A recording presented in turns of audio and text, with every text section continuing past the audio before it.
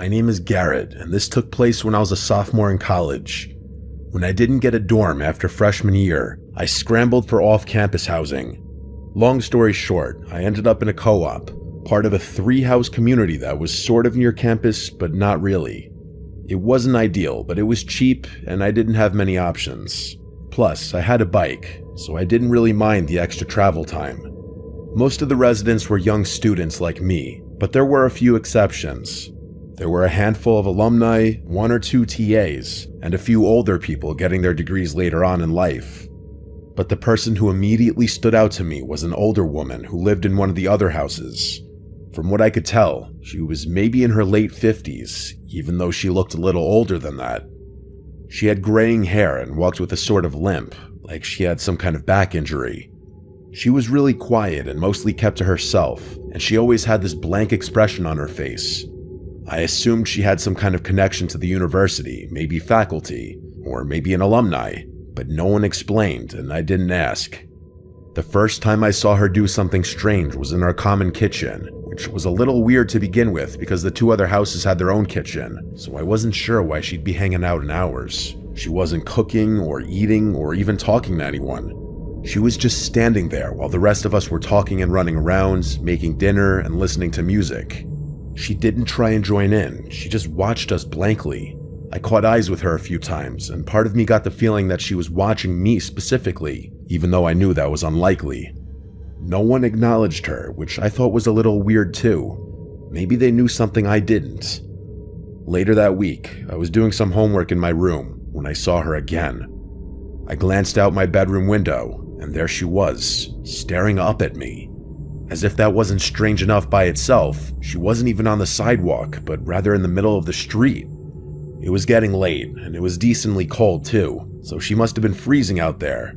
I couldn't tell if she was looking into my window or just in the general direction of the house, but I felt like she was staring at me specifically. I don't know why I did it, but I waved at her, trying to be friendly. The moment I did, I instantly regretted it. She didn't wave back. Instead, she jumped up and down a few times like she was excited and then ran towards one of the other houses, presumably hers. I felt kind of sick. Not only had I acknowledged her, but I had confirmed that she had been looking into my room the entire time, and even if she hadn't, she now knew which room was mine. Later that night, I asked one of my housemates about her. He told me that that woman had always been there and that I should try my best to ignore her like the rest of them did. I inquired further about her, but the guy genuinely didn't know anything and said he was just repeating what someone had told him when he moved in. It didn't sit right with me, so I asked around until I got some semblance of an answer. One of the seniors in the specific house she lived in told me that she was associated with the university and was a little kooky, but that she didn't have a history of violence or getting physical. I asked him why no one found that as strange as I did, and he told me that they really couldn't control who lived there, as that decision was up to the property manager. I wasn't fully satisfied with that answer, but there was nothing I could do, so I tried to just block her out of my mind. But then it got worse. One night, I walked out of my room and nearly ran into her. She was in the hallway, standing right in front of my door. I literally jumped back because she caught me so off guard. It was past midnight on like a Tuesday, so the house was mostly dead. She didn't say anything when she saw me. She barely even reacted. Instead, she just turned and walked away as if I were the one who had intruded on her. I'm not going to go into every little detail, but there were several more occurrences like that one where I caught her either snooping somewhere where she had no business being or doing something she had no business doing. At some point, I lost my room key. All 3 houses had once been part of the same hotel, so all the rooms had personal locks and keys. It was a co-op, so most people just left their doors unlocked. But I was someone who couldn't sleep comfortably knowing someone could just walk into my room, so losing my key was a big deal. Everyone had a spare, including me, but I was pissed because I'd have to go make a copy of the key, and that was an extra annoyance I couldn't afford at the time. A few nights later, I woke up randomly in the night. I wasn't sure why at first, but then I heard it. There was a soft bumping coming from my closet every 20 seconds or so. It sounded like something shifting behind the door, like something was moving inside of my closet. I'm not one to scare easily, and I'm definitely not one to be helpless in a dangerous situation, so I was going to deal with this myself. I quietly got out of bed and took a deep breath. I slowly walked over to the closet, trying to keep my breathing under control. My heart was racing. In one fluid motion, I ripped the closet door open and screamed like a crazy person. Just as I expected, the woman was in there. She had one of my ties wrapped around her neck, and her eyes were wide open. She was holding a kitchen knife with her other hand. My scream must have startled her, because before I could react, she lunged at me with the knife outstretched. I screamed again, only this one wasn't pretend. It was a scream of pure fear. I wrestled her to the ground and was able to disarm her pretty easily, given how frail and small she was. That didn't make the situation any less terrifying, though. She kicked and fought and bit as I pinned her to the ground, screaming the whole time. I yelled for help, and I heard some doors slam, followed by some of my housemates running down the hall. My friend Lee immediately helped me immobilize the woman, and the two of us kept her pinned while someone else called the police. The rest of the night was a blur. The police got there quickly and arrested her on the spot. By that point, she had stopped screaming, but she refused to say anything either, which was extremely unsettling. The cops found my room key on her. Real big shocker there. A few weeks later, we got our answer about who she was. Apparently, she was the property manager's sister, who he had been letting live there under the radar. She had severe mental health issues, and instead of getting her proper care, he had just thrown her into one of the unoccupied rooms. I believe the property manager was eventually arrested for negligence and a slew of other things, and rightfully so. I honestly blame him so much more for what happened than her. If anything, I feel bad for her, but my pity won't erase the fact that she tried to kill me. I could have lost my life that night. I have no idea why she seemed so interested in me specifically, but I can only hope nothing like that ever happens to me again. I'm graduating soon, and I'm definitely going to miss college, but I don't think I'll ever be able to look back on my time here without thinking about that night.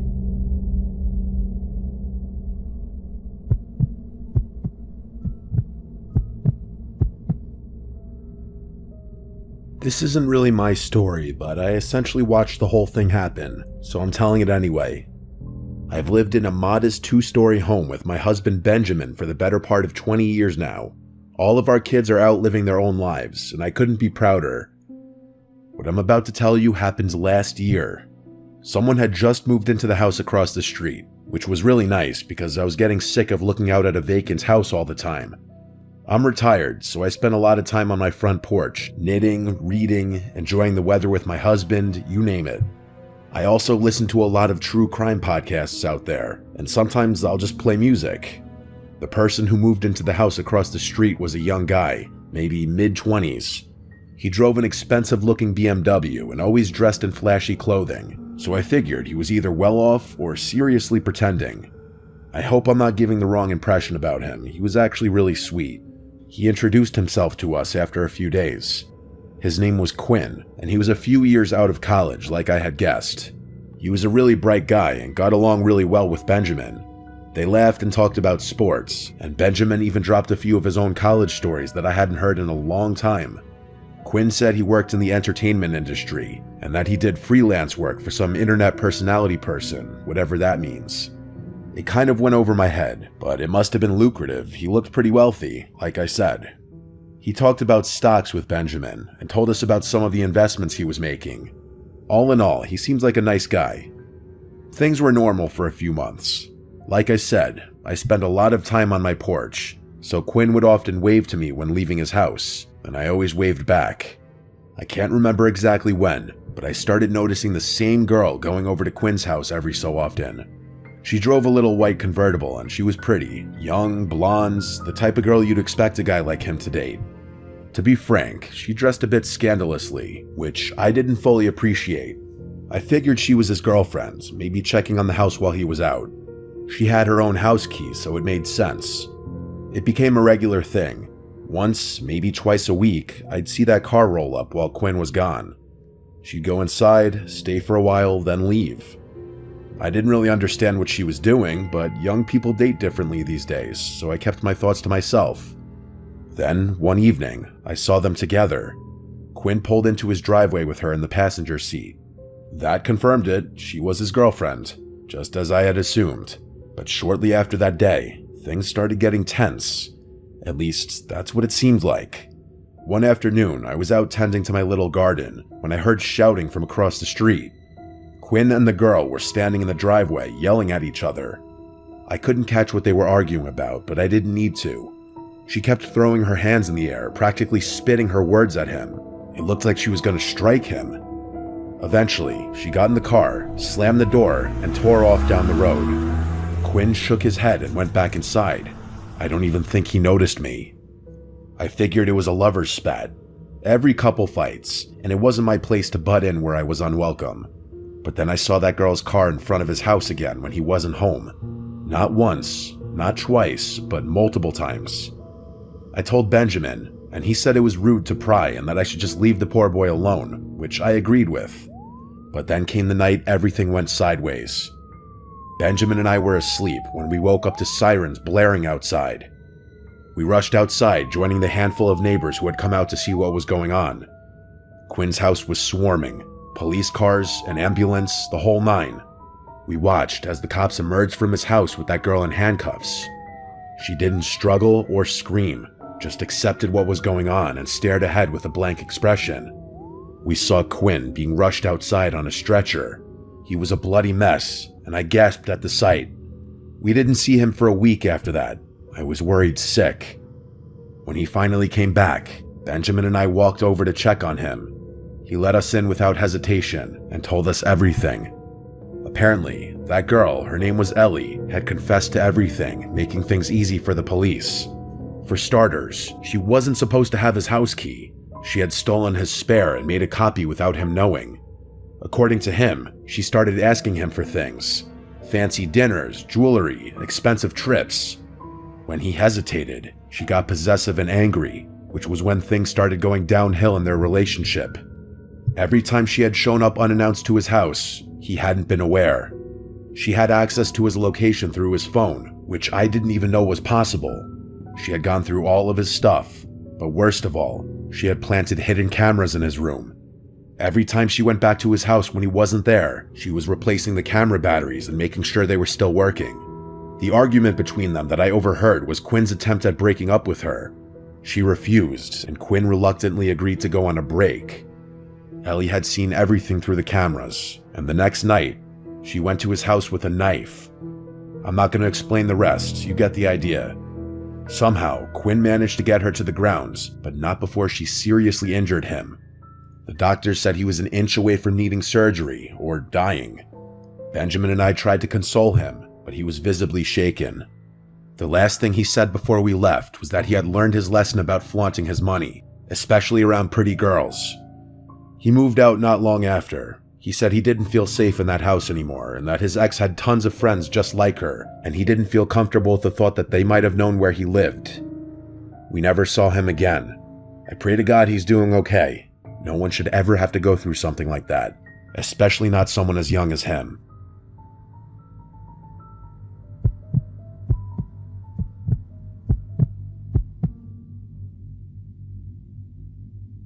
When I moved into my new place, I was just looking for a fresh start. I won't get into the details, but let's just say I had a bad situation with an ex that made staying in my old city impossible. I ran into some money early in life and made some bad decisions about the kind of women I surrounded myself with. Lesson learned. The neighborhood I moved to is really nice. Low crime, quiet, mostly families. The houses here are really spaced out, which was partially what drew me there. But for some reason, the property next to mine is much closer in proximity than most of the other properties are to each other. And by the way, that house next door is huge. When I first saw it, I thought I could easily fit a family of 10. That's honestly what I assumed at first, that a big family lived there, grandparents and everything. But I could not have been more wrong. Even though I try to be low-key, I wasn't going to be a rude neighbor. I took it upon myself to introduce myself to everyone in the neighborhood. For whatever reason, I decided to introduce myself to my next-door neighbors last. I couldn't tell you why. Everyone else I met seemed really sweet and genuine. I'd say 90% of them were parents of young children. And yes, they were all slightly intimidating, purely based on how successful they seemed to be. I wasn't too sure how a younger guy like myself would easily blend into a community like that, but that was more of a personal concern. When I got around to meeting my next-door neighbor, my social battery was mostly drained from having spent the day making small talk with strangers. I knew if I just went back home, I was never going to be as motivated to meet them, so I just sucked it up and walked up their driveway. I had gotten accustomed to being greeted by someone middle-aged, so when a young-looking dude in a mullet opened the door, I was a little taken aback. Hell, he looked even younger than me, which was definitely a shock. I recovered quickly and went ahead with my new-to-the-neighborhood spiel. As I went on, he flashed me this massive smile and actually cut me off before I could even finish talking. He said something along the lines of, "Oh wow, someone who was born in my decade, what a nice surprise." I laughed and told him the same thing, venting to him about how out of place I felt as a single guy in his late 20s amongst so many families with kids. He told me not to worry about that and that most of the people who lived here kept to themselves, which was kind of a relief for me. He introduced himself as Damon and told me I should come by for a drink sometime. I shrugged my shoulders and said, hell, why not right now? To which I expected him to laugh and invite me in. Instead, though, he looked over his shoulder like he was scanning his living room, and then he turned back to me, saying he wished he could, but he was busy working. I asked him what he did for work, because it just seems like a normal follow-up question to what he said, and he dropped his smile a bit. After a weird stare, he laughed and just said, finance, but didn't elaborate any more than that, which I thought was a bit strange. I told him fair enough, and asked if he had any roommates. To my surprise, he told me he lived there alone, which was absolutely insane to me given how big the house was. We chit-chatted for a few more minutes, and he gave me his number before going back inside. I was excited that someone my age lived here, especially because he seemed like a really chill guy, but I couldn't get over how odd it was for someone like that to live all alone. And yeah, I know I was essentially doing the same thing, but you have to keep in mind my house wasn't even half the size of his. Anyway, I went back home and got on with my life. That was about 6 months ago. For a few weeks after that, nothing eventful really happened. I texted Damon a few days after he gave me his number to try and set something up, but he'd always complain about how busy he was and how sorry he was that we couldn't hang out. Eventually, I gave up with him. Not in a hostile way, just in a you do you kind of way. I'm definitely not the type of person to bend over backwards for someone who seems disinterested. I never saw anyone coming or going from Damon's place. No visitors, no parties, no girls, nothing. He never even got takeout delivered, which was strange to me because his car was always in the driveway. I genuinely didn't know what he ate because I literally never saw him leave the house. The guy lived like a ghost. I work from home, and the office in my house is on the 3rd floor, which overlooks Damon's property, if you're wondering how I knew so much about his living habits. I know it sounds obsessive and a little creepy, but his house was also just a glance away from my monitor, so I couldn't help but look over from time to time. One night, it was a Wednesday night, I remember that distinctly, I woke up around 2 a.m. to the sound of loud music. I sleep with my windows open, so that's probably how I woke up so easily. At first, I thought I was imagining it, or it was part of a really vivid dream I was having, but I was wrong. I got out of bed and peeked out my window, and there they were, 7 or so cars lined up in Damon's driveway. There was no mistaking it, he was having a party. Now, don't get me wrong, I'm not the type to complain about some noise. I've been to my fair share of house parties, but it was the middle of the week, and the volume was insane. I figured I'd just go over, knock, and ask him to turn it down. I threw on a hoodie and walked over. It was a full-blown party, that much was clear from outside. I knocked on the door, but no one answered. I pulled out my phone to text Damon, but I decided against it, knowing he'd probably ignore me and give me some BS excuse the following morning. I knocked on the door again, harder this time. Still nothing. I reached for the handle, half expecting it to be locked, but to my surprise, the door swung open. Inside, the first thing I saw was a pile of shoes in the foyer, at least 10 pairs. But there was something off. There was literally no one in there. I moved further in, expecting to see people in the living room, maybe the kitchen, but it was completely empty. There weren't even any drinks left out. I could hear people over the music that was playing in the background though, which I didn't understand. But then I really listened to it, and everything hit me all at once. It wasn't even music, really. It was a recording, a literal recording of people laughing, yelling, clinking glasses. The whole party was fake, all of it. But that didn't make sense to me. It still didn't explain the shoes or the cars. There were people in that house, that much was certain. I should have turned around right then, but I needed to know what was going on. I moved discreetly around the house until I saw a door that was slightly ajar. I gently pushed it open and it led down to the basement.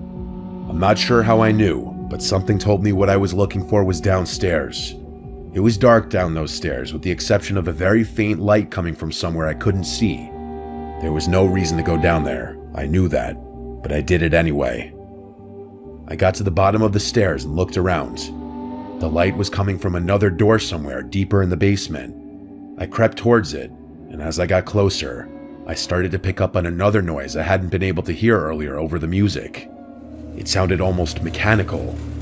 It was this heavy, rhythmic grinding, like heavy machinery or a buzzsaw or something. I got a little closer, close enough to see through the crack. There were 3 people standing in there, looking across the room at something that was out of view.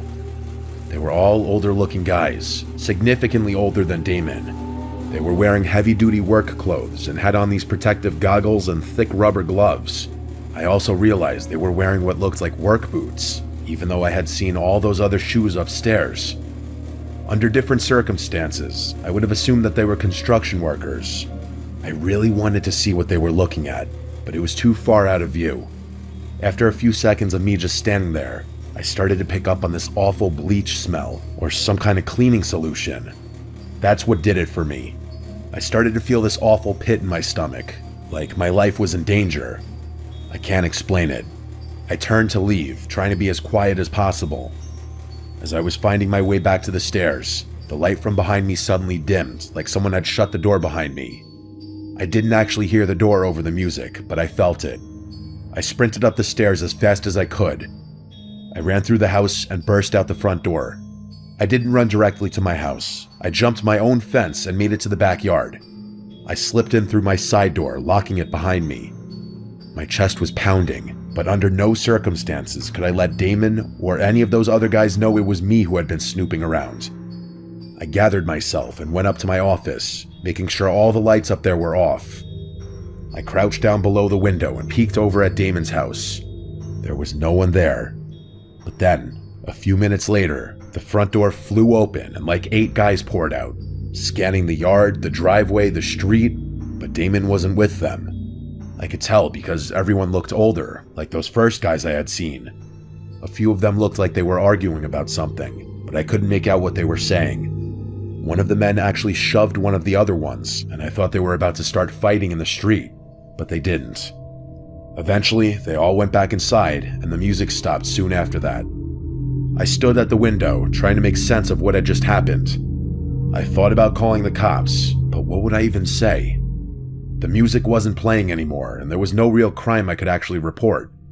The thing I couldn't understand was how none of my other neighbors had a problem with the loud music, especially since most of them had children. I figured if they hadn't been able to hear it and I called the police, Damon would know it was me. And the shoes, I had no idea what that was about either. The people I had seen were all wearing boots. So did they bring extra pairs of shoes just to leave in the foyer? I had too many questions and I didn't know what to do, so I just went to bed. The next morning, I woke up and looked out my bedroom window. Every single car was gone, including Damon's. I went upstairs to try and get some work done, but I couldn't concentrate and found myself looking over at Damon's house every 5 seconds. After a few hours of his car not being there, I decided to go for a walk, partly to clear my head, but mostly to take some low-key glances through his windows. Nothing, though. Days passed and Damon still didn't return, or his car didn't at least. I was baffled with every passing day. I still couldn't figure out how my other neighbors had been able to sleep through all the noises that night, so I just straight up asked them. I went to a few houses and asked them if they had heard the party he had a few nights ago. No one knew what I was talking about, even after I told them which house it was coming from and how late it was. I thought I was going crazy. That was a few months ago now. The crazy thing is Damon still hasn't returned, and it's clear no one is maintaining his house, as the grass is starting to get really long, and there's an untouched pile of packages leaning against his front door. I don't know what to make of this. It could be nothing, but I feel like no one would go to such lengths to disguise what they were doing with a fake party, unless it was something illegal. But would people going to such lengths really forget something as important as locking the front door? Maybe that's what those guys had been arguing about. I really have no idea, and the fact that none of my other neighbors seemed bothered by it makes me think I'm involved in some huge conspiracy or something. I know I'm just being paranoid, but I just have so many unanswered questions. When Damon returns, if he ever does, I'm debating whether or not I should just go and straight up ask him.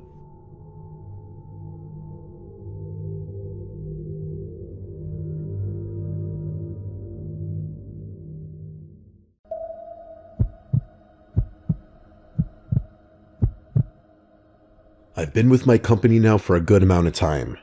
I'd say probably about 6 years now. Thanks to the amount of time I've put in, I have seniority over the other associates. Not to mention, I have a lot more training and credentials under my belt than they do. The company recently picked up a new contract for some kind of big government office building. Where it's located is rather strange for it to be a government office building. I won't get into exact locations, but to give you an idea of what the area it's located in looks like, and what makes it so strange, is that it's located in damn near the middle of nowhere. It's a giant 6-story building surrounded by a giant parking lot. The parking lot is surrounded by a metal fence that's about 10 feet tall. On the top of the fence is barbed wire. There's only one way in and one way out in front of the building at the opening of the parking lot that meets the side road that it's located off of. The side road is about 3 miles away from the main road, which leads to the highway. The fence is completely surrounded by woods. There are literally no buildings, houses, or any other signs of civilization for miles around. Due to my seniority, I get to work whatever shifts and days I want. Typically, I choose to work mornings or evenings, and have weekends or Fridays and Saturdays off. But unfortunately, after a few months of us being at this new contract, we started having trouble keeping the overnight people. During the day, there's usually about 3 guards working all 7 days of the week. On the overnight shift during the weekdays, there's 2 guards, and on the overnight shift during the weekends, starting Friday to Sunday, there was only 1 guard. I should mention before I go any further that every guard is armed on every shift. As I said, we're having trouble keeping people on the overnight shift, mainly on the weekend overnight shift. Because of this, my supervisor asked me if I could help out until they could hire more people and work some overtime on the weekend overnight shifts.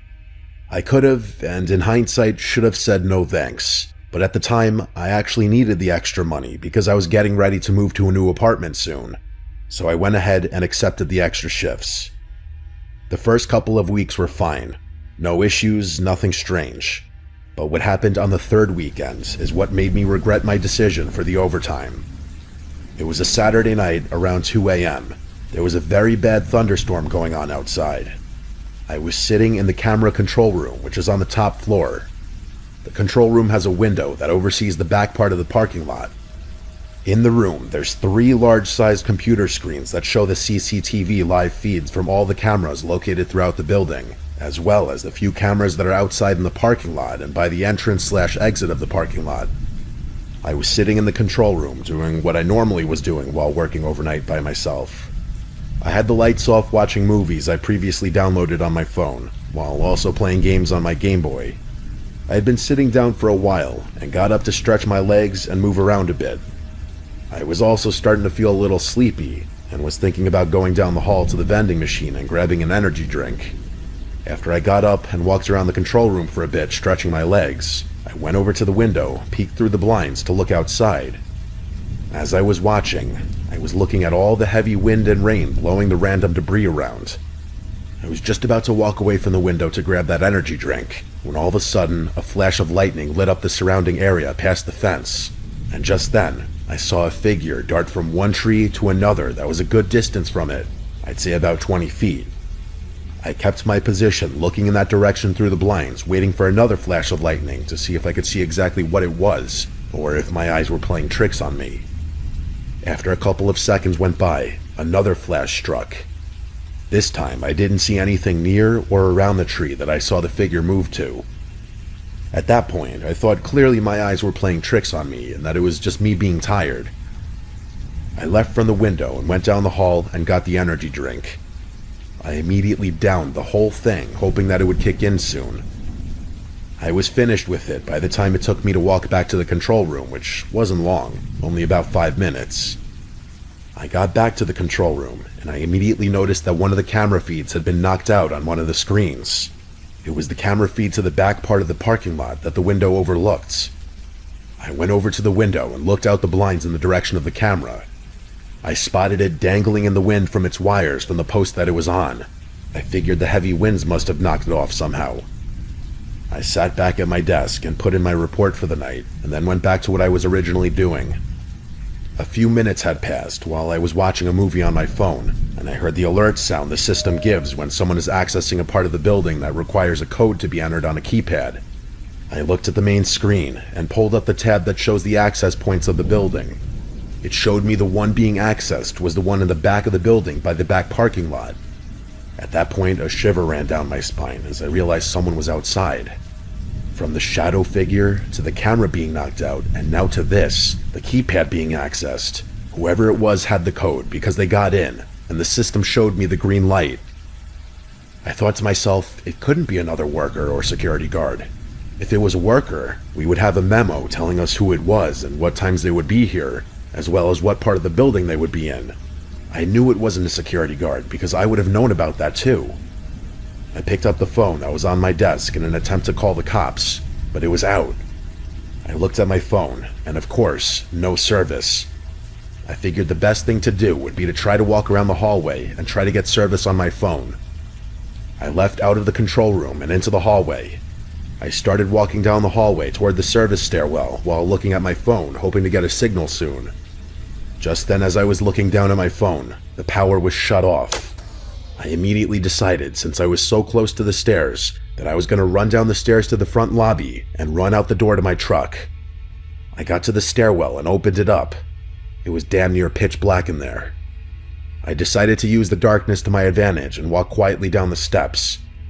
I figured if this person cut the power, they had to be in the generator room, which was in the basement. Unfortunately, the basement was the only flight of steps below the lobby where I was headed. Also, the generator was not too far away from the stairwell that I was in. I made it down to the 4th floor, and suddenly I heard a door open at the bottom of the stairwell. I stopped dead in my tracks. At this point, I knew I was armed, but I was thinking to myself, even though I went through training, I don't think I was ready to shoot anyone. I was hoping and praying that it wouldn't come to that. As I was standing there, immersed in my thoughts about my training with my firearm, I started hearing heavy footsteps walking up the stairs. I wasted no time in coming up with a new plan. I was going to turn around and walk as quickly and quietly back up the steps as possible to the 6th floor where I came from. At the top of the steps, a few feet past the door, still in the stairwell, there's a ladder that leads up to the hatch that leads to the roof of the building. I was going to climb up the ladder to the top just before you have to open the hatch to go any further, and just hide in there in the pitch black darkness until whatever happens next. I turned around. Just as I did, my gun banged against the metal to the stairwell railing, making a loud clang sound. As that happened, I froze, and so did the heavy footsteps. A few seconds had gone by, and then I heard whoever it was running as fast as they could up the steps. I sprang as fast as I could, running up the steps as if my life depended on it.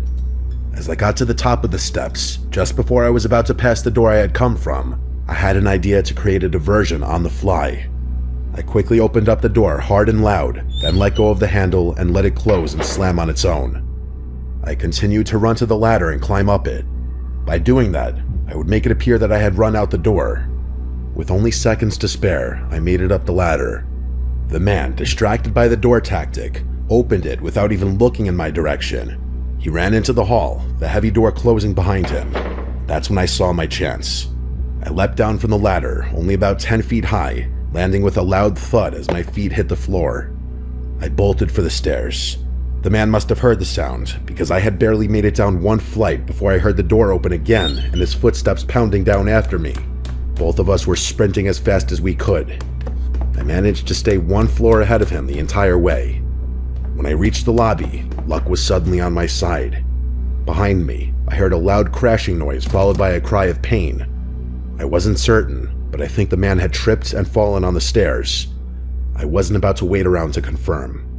I burst through the door, ran straight for the entrance, and used my key to unlock it. Fortunately, I always parked my truck close by. With the wind howling and the rain pouring down, I hit the fob to start the engine and unlock the doors as I sprinted across the lot. I jumped into the truck, threw it in reverse, and just then caught sight of him. Dressed all in black, his face covered by a mask and hood, bursting out of the building and charging toward my car. I slammed the gear into drive and floored it, tires screeching as I tore out of the lot and onto the side road. It wasn't until I was nearly at the main road that I got a signal on my phone. I immediately called the police. They arrived about 15 minutes later, and I followed them back to the building. I told them everything, filling out reports for both them and my company. We searched the entire building and surrounding area, but found nothing. The scariest part came when they checked the stairwell.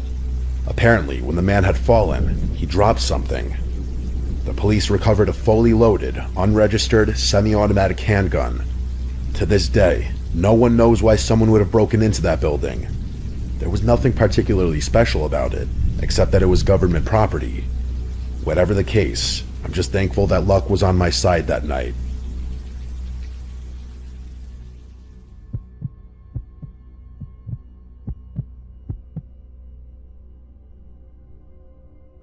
I used to work nights as a security guard in a medium-sized corporate office building in New Jersey, and for the most part, the nights were boring, quiet, and uneventful, which is why what happened one night has stuck with me so vividly for years.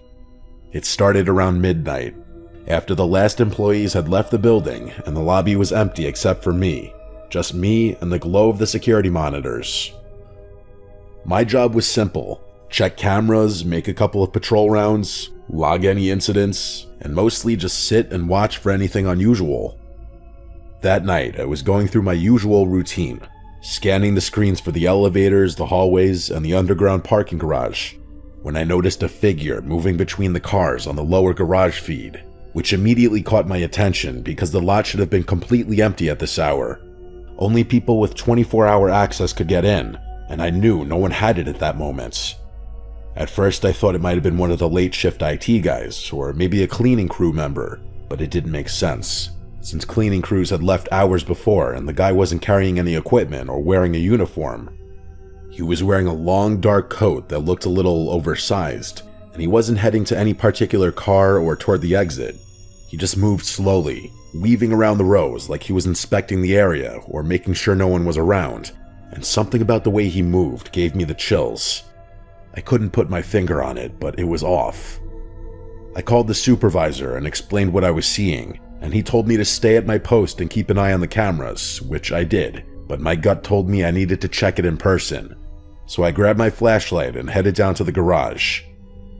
The elevator ride was long, slow, and every floor that passed seemed to echo in the shaft, making me more on edge than I cared to admit. When the doors opened on the garage level, I scanned the lot with my flashlight, and it was empty. Completely quiet. The kind of quiet that presses against your ears and makes every little creak of the building sound huge. I called out, "Hello, security here," but the echo returned empty, and I didn't hear any reply. I walked slowly down the rows of cars, shining the light into every dark corner, every space between vehicles, but there was nothing there. Not a single shadow, not a single person. My pulse was racing, and I started to doubt myself, thinking maybe the camera was malfunctioning, or maybe it had picked up a shadow that wasn't really there. So I went back upstairs to the lobby, trying to shake it off. But as soon as I sat back down and looked at the garage feed again, there he was, standing in the exact same spot, as if he hadn't moved since I'd been there. And now my stomach dropped, because I knew I had just been there, and there was no way he could have gotten back into the same spot unnoticed unless he had been watching me, or worse, waiting for me. I radioed my supervisor again, telling him I was going to keep watching the cameras, and he told me not to approach him unless absolutely necessary, which was easier said than done because I couldn't stop staring at him, and my mind was already running through every possible scenario. For the next 20 minutes, I watched him wander slowly toward the stairwell that led to the upper floors. He moved carefully, pausing, looking over his shoulder like he was checking for someone, and then disappeared from the camera just before reaching the door, which made my stomach knot. I checked every other feed, hallways, elevator lobbies, even the rooftop access, and there was nothing. No trace of him at all, which only made me feel worse because it was impossible for him to vanish that fast, and it gave me the sinking feeling that he had access to the building somehow, or he was hiding in a way that I couldn't see. I stayed at my desk, heart pounding, until the elevator dinged and opened in the lobby. Nobody was inside, but on the polished floor, I noticed wet footprints leading from the elevator out into the main lobby. Bare feet, which was wrong on so many levels because it was freezing outside, and he would have had to take his shoes off just to wander barefoot. I froze in my tracks, realizing that if he was inside the building now, he could be anywhere, and every unlocked office or storage room was a potential hiding spot. I called the local off-site patrol for backup and debated locking myself in the lobby. But something in me told me I needed to do a patrol and confirm the situation, which in retrospect was probably a mistake. I took the elevator to the 5th floor and started walking the hallway slowly, flashlight in hand, scanning every office door, checking for movement. Every creak of the building made me jump. Halfway down the hall, I saw one of the office doors slightly ajar, which shouldn't have been possible because it was always locked at night. I pushed it open with my flashlight, peering inside, but the room was empty except for a sleeping computer monitor and a chair pushed in under the desk. Nothing else. I stepped out into the hall again and froze because I heard the sound of footsteps on the tile behind me. Not mine. Heavy, wet, and uneven, moving fast towards me. My heart leapt into my throat, and I swung my flashlight around the hall, catching a glimpse of the dark coat at the end of the hallway. He wasn't running, but he was walking fast with a purpose, and it hit me that he had been following me the entire time, hiding just out of sight whenever I checked the cameras. I bolted, sprinting down the hall toward the stairwell, barely noticing the handrail slamming against my arm as I rushed past. The footsteps followed, close enough that I could hear them clearly now, echoing in the hall. And I realized I had no idea how he had gotten inside, no idea what he wanted, and the panic was almost suffocating. I dove into the stairwell, sliding down a few steps, and slammed the door behind me as the footsteps thundered on the floor above. Then they stopped abruptly, and I sat there shaking for several minutes, trying to catch my breath and convincing myself I had imagined it. But the sound of my own breathing and the echo of those steps made me feel insane. When the patrol finally arrived, I was pale, sweaty, and trembling. We walked the building together, floor by floor, room by room, and the garage was completely empty. No sign of the intruder, no footprints, nothing. And when we checked the cameras, the footage from the time he appeared had been overwritten or corrupted, leaving a gap in the recording that made my skin crawl even more. I quit that job within a month, partly because of the fear, and partly because I couldn't handle walking the hallways alone anymore. Especially when the garage was empty and the wind outside made the building creak, because every shadow and every noise reminded me of him walking behind me, just out of sight, waiting. Even years later, I get anxious in parking garages or office buildings at night, and I still check over my shoulder more than I should, thinking I might see that long coat rounding a corner, hearing those wet footsteps behind me again. And I know that what I experienced wasn't supernatural. It wasn't a faceless ghost or a phantom. It was a real person, a stalker, and the thought that he had been inside that building following me, hiding just out of view, and that I might never know how he got in or what he wanted, is something that still haunts me every time I think about that night.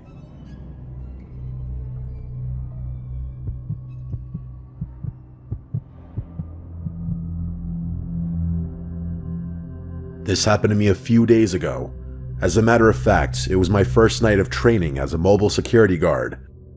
Before I tell you my story, just want to clarify that a mobile security guard is primarily a security guard that drives around in the vehicle and does site visitation where the client needs security. In this case, it's the GTA of Toronto, but this incident took place at a nearby pharmacy/medical clinic in Mississauga. It was my first night as a trainee, and my supervisor was a nice person, showing me around on how to conduct patrols, write reports, disarm fire alarms, etc. Usually, if an alarm occurs, dispatch notifies us through the radio and asks us to attend the site where the alarm is happening. However, we arrived at the medical clinic in Mississauga to conduct a regular perimeter patrol, which also meant there was no alarm. We arrived on the site around 1:15 a.m. to make sure everything was normal, but as we got out of the vehicle and approached the building, something was terribly wrong. For one, the underground parking garage was left open, and two, the front door of the building was busted open.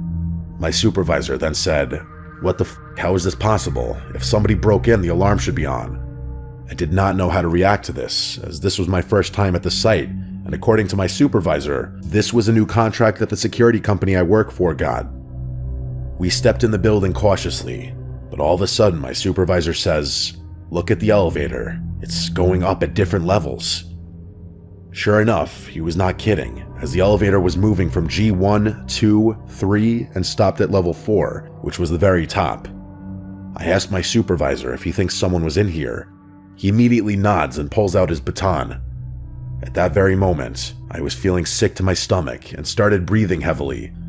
At that point, I hated my job and did not want to be there.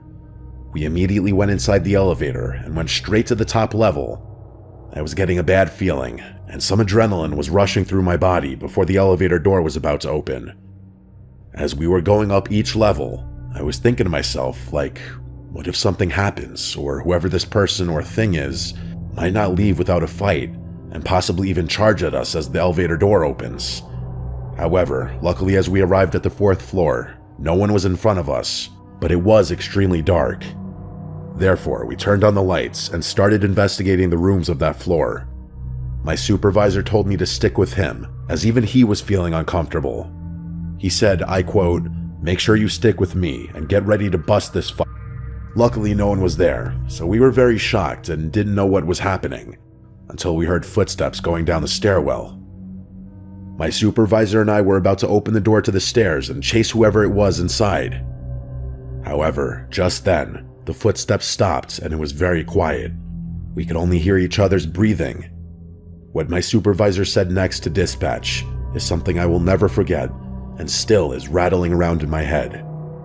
A4, call C25, go ahead. Dispatch, we need immediate backup. Please be advised someone's in the building with us and they're hiding downstairs, possibly armed and waiting for us to come towards them so he or they can ambush us. Dispatch then tells us to stay where we are and not approach the suspect or whoever it was downstairs, as backup will be arriving shortly. At that point, my supervisor started panicking and it just made the situation even worse. I mean, he should be the one to lead and not feel worried. But then again, I don't blame him, as this experience was overwhelming and horrifying for me. Now, my supervisor is only a couple of years older than me, so I preferably call him bro instead of sir or whatever. Bro, just don't worry. I'm sure backup will be arriving shortly, I told him. You might be wondering why we could not hit the exit and run for it. Well, you see, the suspect is on the ground floor, which means he could be anywhere. So with the elevator making noises, he or she could be alarmed and immediately stand in front of the elevator blocking our way. The suspect could approach us by coming upstairs, but I guess that he or they figured we could attack him by surprise. So maybe that's why he was quietly waiting at the corner for us downstairs. 15 minutes later, we heard the door open. It was our senior supervisor, and his voice echoed out, "Security." My supervisor radioed him and said, "Sir, we're upstairs. Be careful, there's someone downstairs." A few minutes later, the senior supervisor met us upstairs and told us to come investigate with him. Therefore, we did. But we looked everywhere downstairs and then each floor and found no one. As we were at the 3rd floor scanning each room and bathroom to see if the person was there, we heard the front door open and heard footsteps running outside. We were not fast enough to see who it was, because by the time we got to the ground floor, the suspect was gone. Both my supervisor and I were in shock because we looked everywhere and did not find anyone. Either that person was in a very good hiding spot, or that medical clinic center was haunted. I don't think I'll ever know. But this was by far the most horrific experience of my life, and coming this weekend, I'll be there again for site visitation, but this time alone, as I'll be trained by then.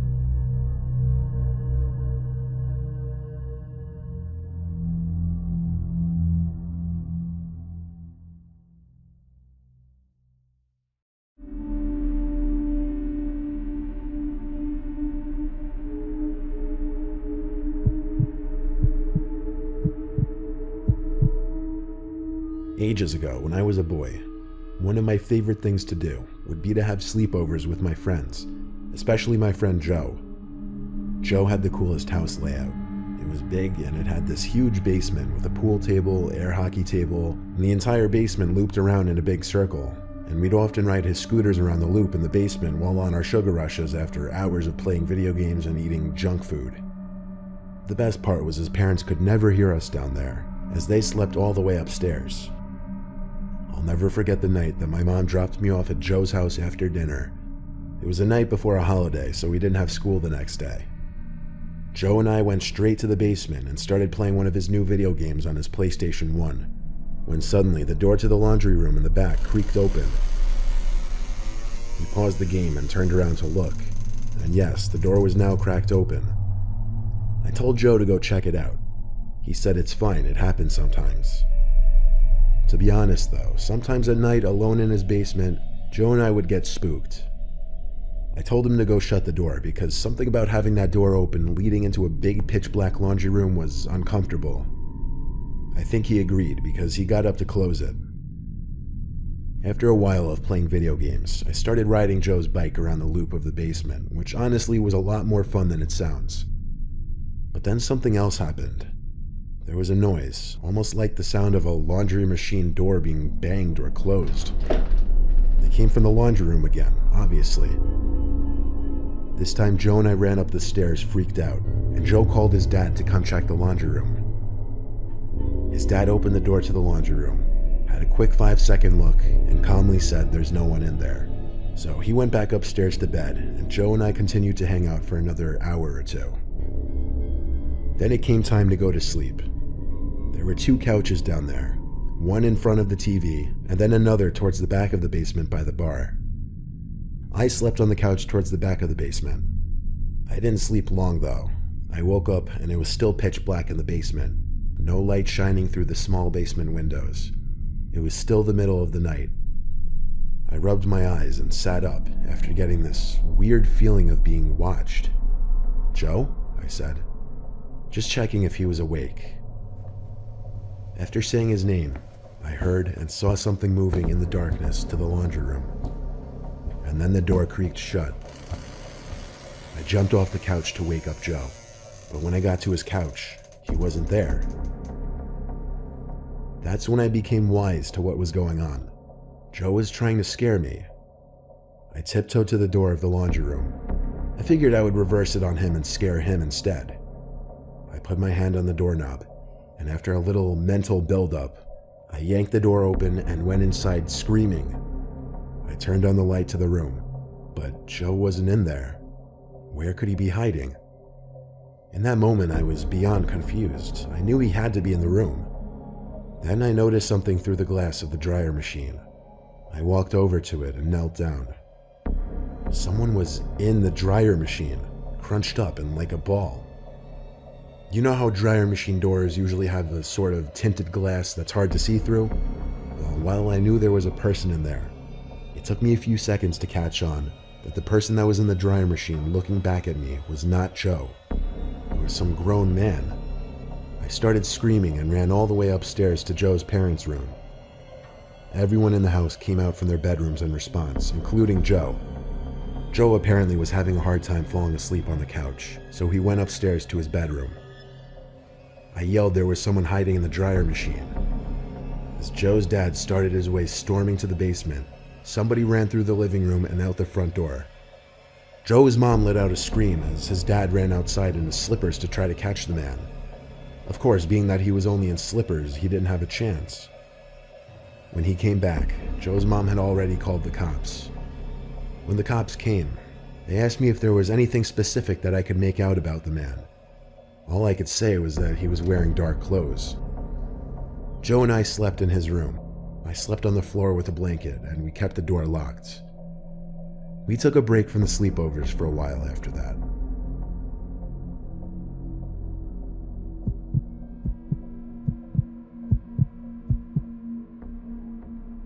This happened quite some time ago. In fact, it happened back in July 2013. It was my 13th birthday party, and my friends and I had been to Manchester for the day, before heading back to my house for a sleepover. A couple of them had stayed over before, but some hadn't, so I wanted to make a good impression. We all decided to sleep downstairs that night, as there wasn't enough room in my bedroom. We gathered our sleeping bags on the living room floor, watched cheesy rom-coms, and ate junk food until around 1 a.m. so we decided to hit the sack after our third movie. We turned off the lights with the exception of one, as although we didn't like to admit it then, we were a little afraid of the dark. It's a common thing to lie awake and chat at a sleepover after you say you're going to sleep. We were in the middle of whispering to each other who we thought our celebrity lookalikes were, when we heard it. A loud knock on our window cut through our conversation. "What was that?" said Emma, one of my friends. "It's probably just my dad playing a prank or something," I said. Although this whole situation was kind of freaking me out, my dad had done this type of thing before, so I assumed it must have been him.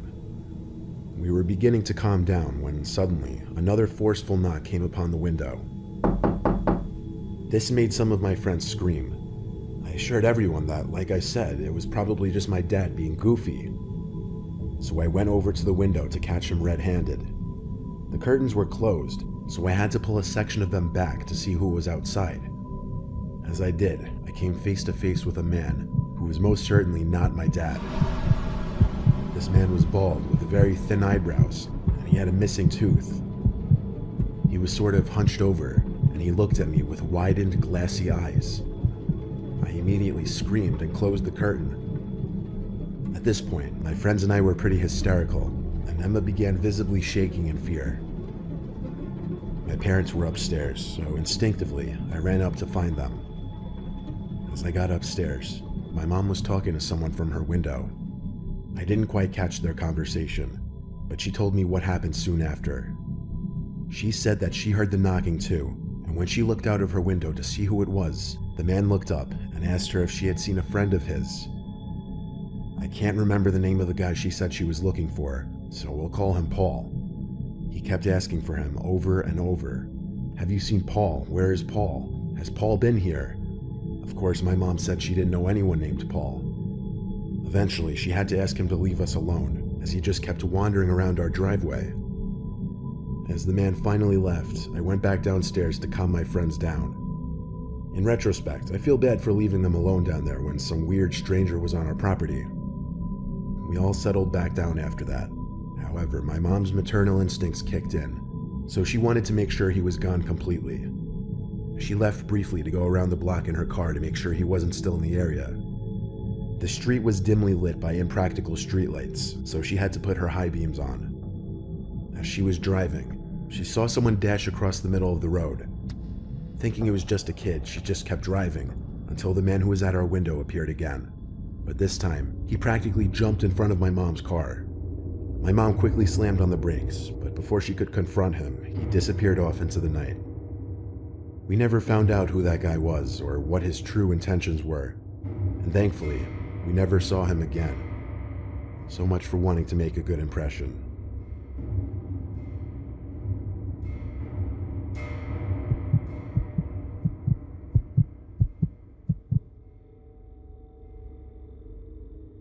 My friend Jake slept over at my house one night when we were 12, and because of that, he may have possibly saved my life. It was a snowy weekend night. We watched a couple Christmas movies in my living room. My mom would bring us snacks and hot cocoa. She was always really nice to my friends when I had them over. My mom had to go to sleep kind of early because she worked. She and my dad had just recently divorced. By around 12, Jake and I went to my room, where we played Pokemon on our Game Boy Advances for a little. I don't remember much after that, besides falling asleep a little while later. I woke up in my bed to the room being extremely cold, and also feeling really thirsty. I went to the kitchen downstairs to get a cup of water. I noticed how much colder it had become upstairs as opposed to downstairs. I went back to my bed and tucked myself in. As I lay there trying to fall back asleep, I realized Jake was breathing weird, like a deeper, heavier breathing. It went on for some time, and after making a note of it in my head, it was all I could focus on, so I eventually threw a pillow at him. As he woke up, I told him to stop breathing so loud. He was confused as he looked up at me in my bed. He said, "What are you talking about?" I told him to just lower the volume of his breathing noises, as he was borderline snoring. Jake shifted his focus from me to down below my bed, and then he screamed. He crawled backwards until his back was pushing up against my dresser. I yelled, "What is it?" I hopped off my bed and looked under it where he was staring at. There was a middle-aged man with long hair laying underneath my bed, and he had his finger up to his lips saying, "Shh." It was a surreal sight to say the least. I felt like my heart was beating 200 beats per minute. The man whispered, "I know your mom. I'm here to see her." He started crawling out from under the bed. At that same moment, Jake and I ran from the room, screaming for my mom. We got to my mom's room and locked her bedroom door behind us. She was immediately distressed and confused by our screams. I barely had enough time to yell, "There's a man under my bed," before the doorknob to my mom's room started twisting and shaking. Then, the sounds of the doorknob failing to turn shifted to heavy, aggressive bangs at the door.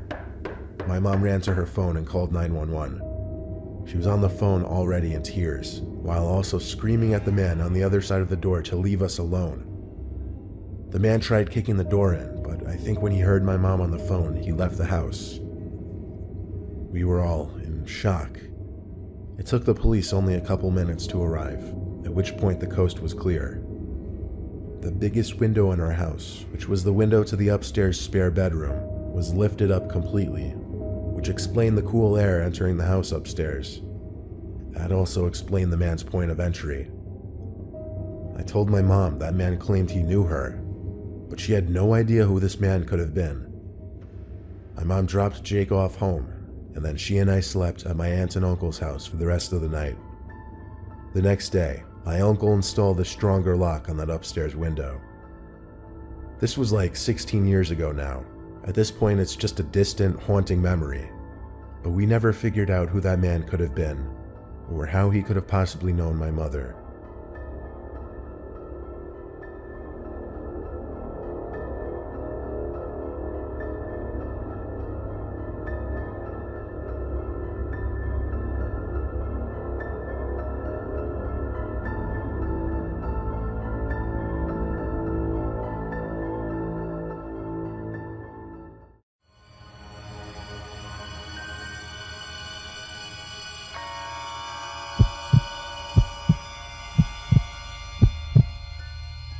At the age of 17, I was working as a pizza delivery boy for a local pizza place. I was doing it for months by this point. I had done countless deliveries already. My first car was an old, cheap Toyota, so it was perfect for bopping around town with. It was a Friday or Saturday night. I was working the closing shift, which was 12 a.m. It was open later on weekends. This was towards the end of the night, past 11 for sure. My boss, who I'll just call Mario, would always give me the details for the houses I'd be delivering to and their orders. We had an order for 1 pie to a woman named Karen, ironically. It was an unusually long drive away, about 15 minutes. Most orders come locally around the area, like 5 minutes away on average. I expected a better tip for this reason. I brought the pizza to my car and off I went, listening to my usual playlist on the way. I pulled down the block of the address and pulled up in front of the house. It was a small-sized house, as were most of the houses in the area. It seemed to be a lower-income area. The lights were on in one of the rooms on the first floor. I was approaching the door, when suddenly a woman called out from a window from the house next door, saying, "Excuse me, that pizza's for us, we gave the wrong address." So I walked next door to the front door and saw that the doorbell was broken. So I opened the storm door and then knocked really loud on the main door. There wasn't an answer for a good 30 seconds, so I knocked again, and I heard a woman's voice on the other side yell 1 second, but they still took forever to open the door. Another minute passed before the door finally opened, and a woman in probably her mid-40s answered the door. She right away smiled at me and gave this flirtatious head-to-toe stare at me as if she were checking me out. She said in a very loud voice, "Chels, come look how handsome the delivery boy is." Another woman about the same age came over to the door, and she did the same thing. Right away I felt my cheeks getting red, as I was a bit shy around older women like that. The woman who opened the door, who I'm assuming was Karen, asked me what time I get off work. And that was when I started getting really nervous, because I wasn't good at flirting with women at that age. I said this is probably my last delivery, and then one of the women asked me if I wanted to come in and have some wine with them. I knew my friends would all rip on me forever if I blew this opportunity, so I said yeah, sure. They asked how old I was, and I said 21, and then they both laughed, and one of them said they don't care if I'm under 21. They told me to sit on the couch, so I did, and they both sat on either side of me. This whole encounter felt too good to be true to me. Nothing like this had ever happened to me before. I had a feeling these two women were already very drunk. From here, the women are both being very flirty with me, commenting on my dimples, saying how cute my shyness was, and all this stuff. I was drinking some wine pretending like it didn't taste disgusting to me, because I didn't drink wine at that age at all. The woman Chelsea started saying that they want to show me something in the basement. I laughed and said, "What is it?" They both laughed and said it's a secret, but that I'll like what it is. They wanted me to go down first. Honestly, I had my own fantasy about what was going to happen in the basement. Unfortunately, it was nowhere near that. I walked over to the doorway of the basement and looked down into the darkness below. I looked back at them and noticed they weren't laughing anymore. They had these blank faces. Only until they noticed me look back at them and they started to laugh and smile again. I said in a firm voice, "What's down there?" They said almost in unison, "It's a surprise." I started to walk slowly down into the basement, asking where the light switch is. One of them said, "Leave the lights off." Now this part I'm not 100% certain of, but I was looking down into the basement and I thought I saw something move. Something as in a person's arm or hand. I turned around and saw the two women weirdly creeping towards the door sneakily. I stepped out of the basement and shut the door. I told them I need the money for the pizza as I nervously walked around them closer to the front door. This was when I spotted the towering, huge man standing in the doorway of an adjacent room, probably the kitchen. His 5 words have stayed with me all these years later. He said, "Let's just make this easy." I turned for the door and said the pizza's free. I ran to open it and slammed it behind me, only to hear it open seconds later. I got in my car, locking the door first thing, and that man was already outside my passenger side window looking in. He tried opening the door and then knocked on the glass. I put it in drive and got out of there not looking back. I got back to work and told my boss what happened and why I came back empty-handed. He and the rest were in shock. I called the non-emergency number to report what happened, just in case if anything else should be reported at that address again, the police would know something awful's going on in that house. Whatever trap I was about to walk into, thank God I didn't find out what it was.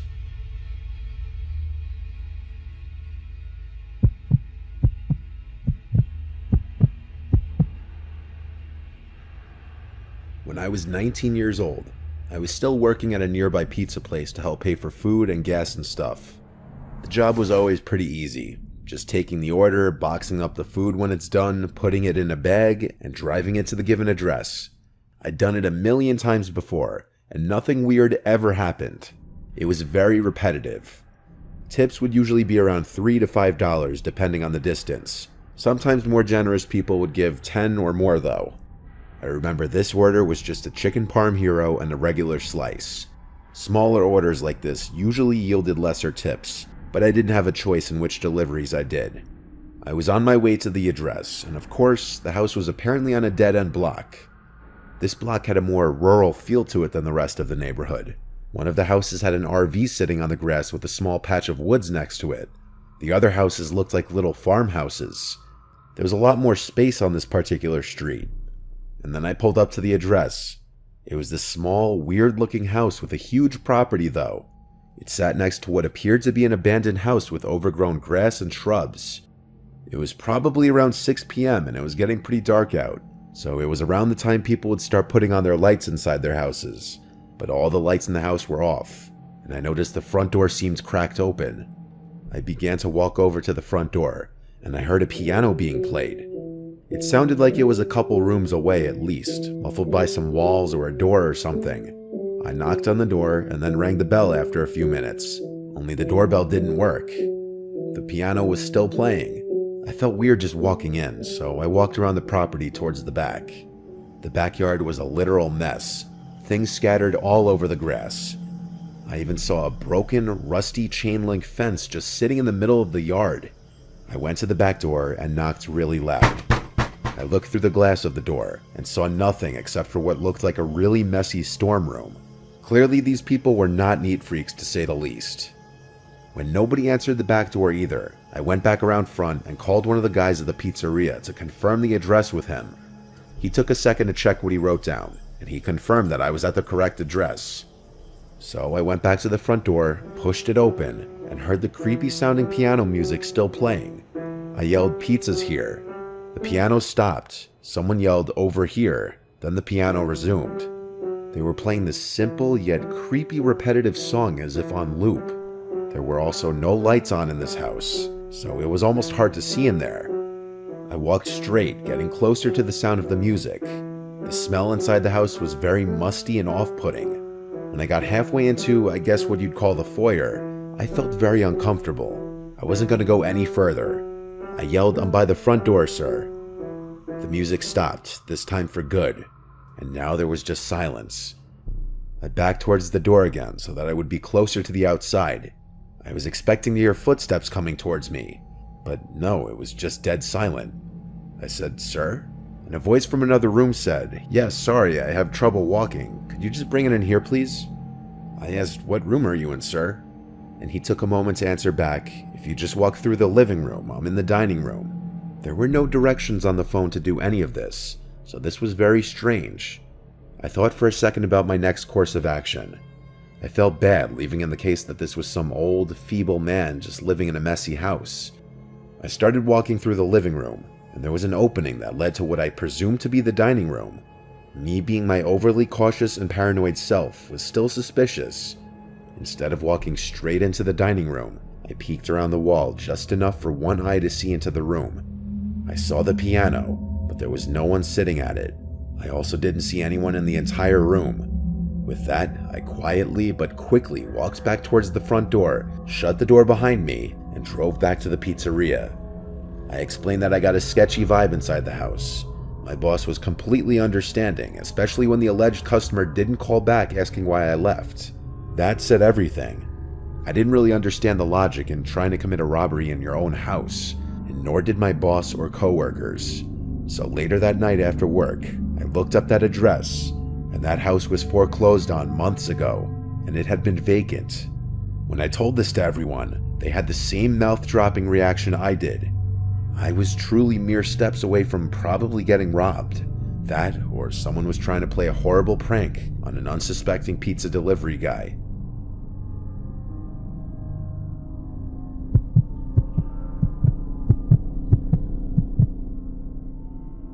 It was my last week working at an Italian restaurant.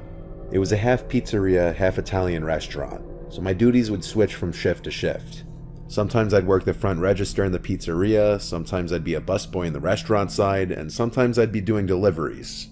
I liked doing deliveries the most because I'd make tip money, so it was ironic that I left this job with a horrible, scarring experience doing a delivery. It was a late night delivery. Of course, this is when the shady things happen. We got an order for 3 specialty pizzas. It was a big order, probably like $70 worth of pizza. It was on the bad side of town. This was already a minor red flag. Good thing I drove a crappy old Civic and wouldn't draw any negative attention out in that area, or so I thought. It was a 15-minute drive at least, and when I got to the house, I went up to ring the bell.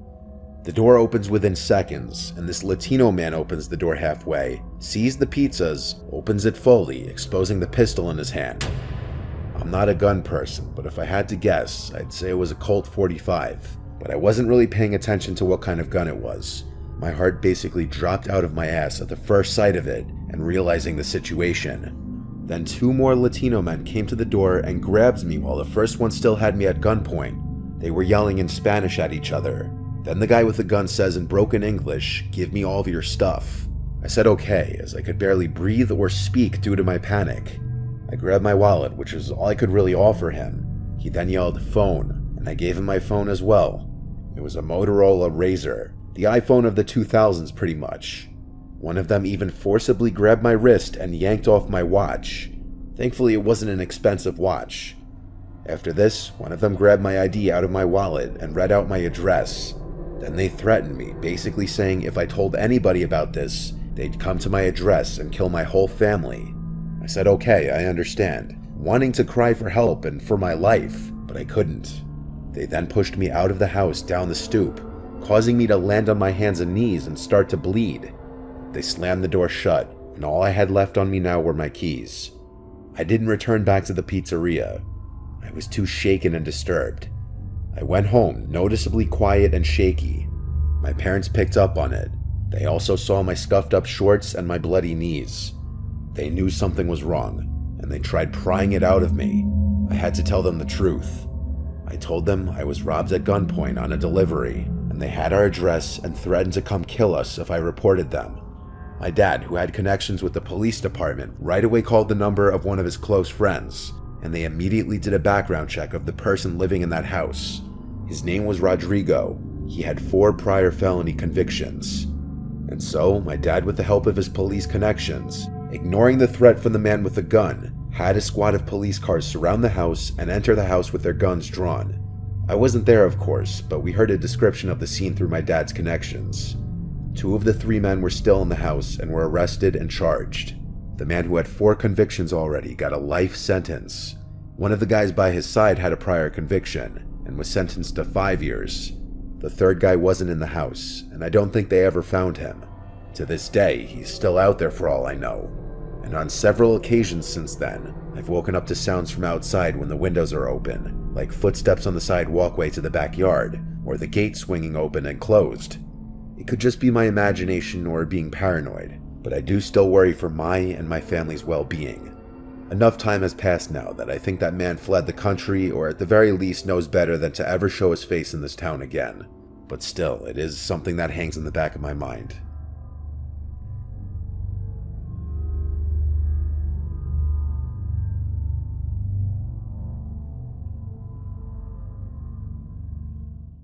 Thank you to Cook Unity for sponsoring this video. This video topic is night shift horror stories. Some of you may work the night shift, and preparing your meals for work may be a luxury you don't have in your schedule. Cook Unity is your solution. Cook Unity is the first chef-to-consumer platform, delivering fresh prepared, restaurant-quality food from award-winning chefs straight to your door every week.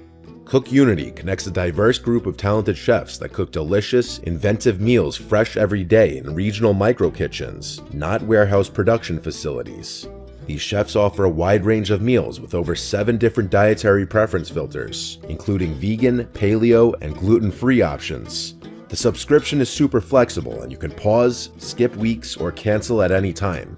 One of the meals I received was adobo chicken and chorizo paella with saffron aioli, made by Chef Jose Garces, and it's been my favorite so far. Meals are delivered fully cooked, so all you have to do is heat them up. No more cleanup or meal prepping. Go to cookunity.com/nightmare50 or click the link in the description and use my code NIGHTMARE50 to get 50% off your first order of Cook Unity meals to try them out for yourself.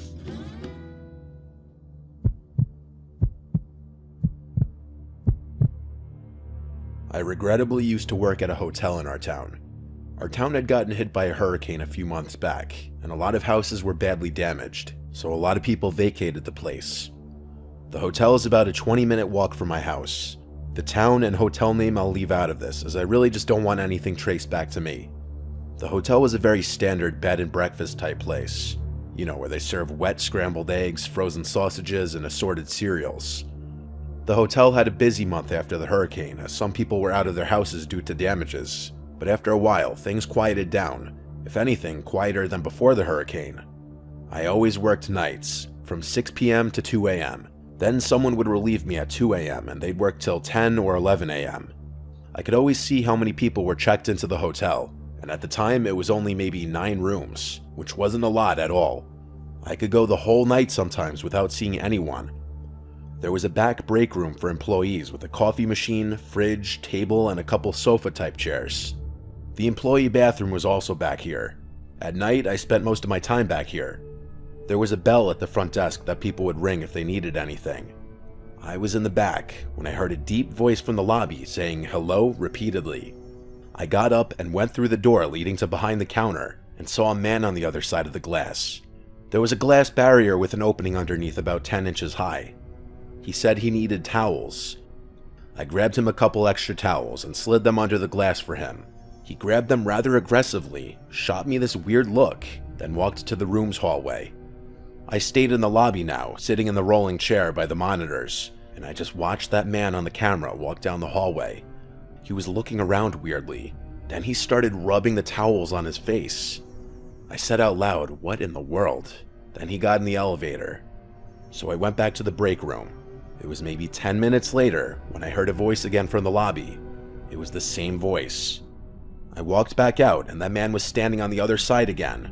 He said very loudly, "My key card is broken." I asked what his room number was. He said it was something random like 2C, something with a letter in it. Our hotel room strictly had numbers, no letters, so I knew this man was lying.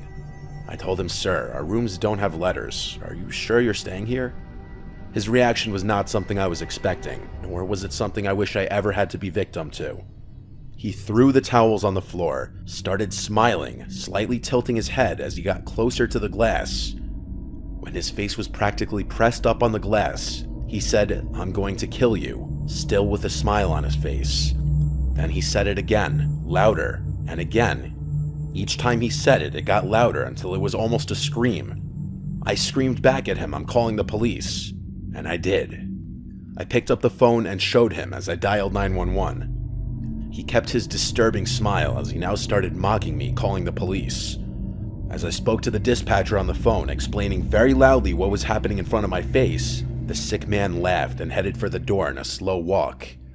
I told the dispatcher he was leaving, and when he was gone through the doors and out of sight, I said he was gone. She asked me if I still wanted an officer to show up, and I said no, it's alright. So the next couple hours of my shift went slow. I decided, for obvious reasons, to hang around in the lobby now instead of the break room. There was one guest who checked in during this time. At around 2 a.m., my relief came. I clocked out and was free to go home. I walked outside to the parking lot. It was cold out. I remember wishing I brought my coat. I walked with my hands in the pockets of my light jacket and my hood up. Then I heard a voice in the parking lot. I turned around. There was a line of bushes that covered the first floor windows of the hotel. It came from the bushes. I don't know what the voice said. I didn't care. I walked faster now. Once I got out of the parking lot, I was on a main road for a brief minute, but there were no cars on the road in this quiet town at this hour. After a minute, I turned left down a residential street that would eventually turn onto my block. It was dead silent out, not even the sound of any distant traffic. Just the sound of my shoes hitting the pavement, and then the sound of someone else's shoes hitting the pavement behind me. Only it was the sound of someone running, as if on their tiptoes trying to be quiet. By the time I turned around, they stopped. There was a car right behind me, and I almost knew that there was someone hiding behind it. I heard laughing, and then a familiar voice saying quietly, "I'm going to kill you, bitch." Without even seeing him, I knew it was that man. I looked around, planning out my next move. I couldn't outrun a man, let alone wearing my work shoes. I looked at the nearest house. It had an upstairs light on. Someone was awake. I would go run and ring the doorbell for help. I looked back at the car, and I saw him. That man, peeking his eyes out from behind the car as he inched around it to the front. When he got to the hood, the rest of his face and upper body were exposed, and I could see his disgusting, crazy smile again. I ran for the house, screaming, "Help me." I made it to the front door and rang the bell at least 3 times, and that's when the man grabbed me and started choking me, whispering in my ear, "Die, bitch." In that moment, I thought my life was flashing before my eyes, and then an angel in the form of a man opened the front door to the house and screamed "hey" at the man choking me. The man's grip was released from my neck and I fell to the floor. I never turned to watch the man run away, but the man from the house helped me up and brought me inside. He gave me water and called the police for me, and I explained the whole story to the police. They collected the CCTV footage of the man from the hotel and put feelers out to track him. I was called into the police station when they did a lineup of people who looked similar to the man on the CCTV footage, and I was asked to point out which man I thought was him. I looked at all 5 of them for like 5 minutes, and I ultimately said it wasn't any of them. I don't know if the pressure and nerves got to me, but in the moment, I truly didn't recognize him to be in that lineup. I hope to this day I didn't make a mistake and let that man roam free.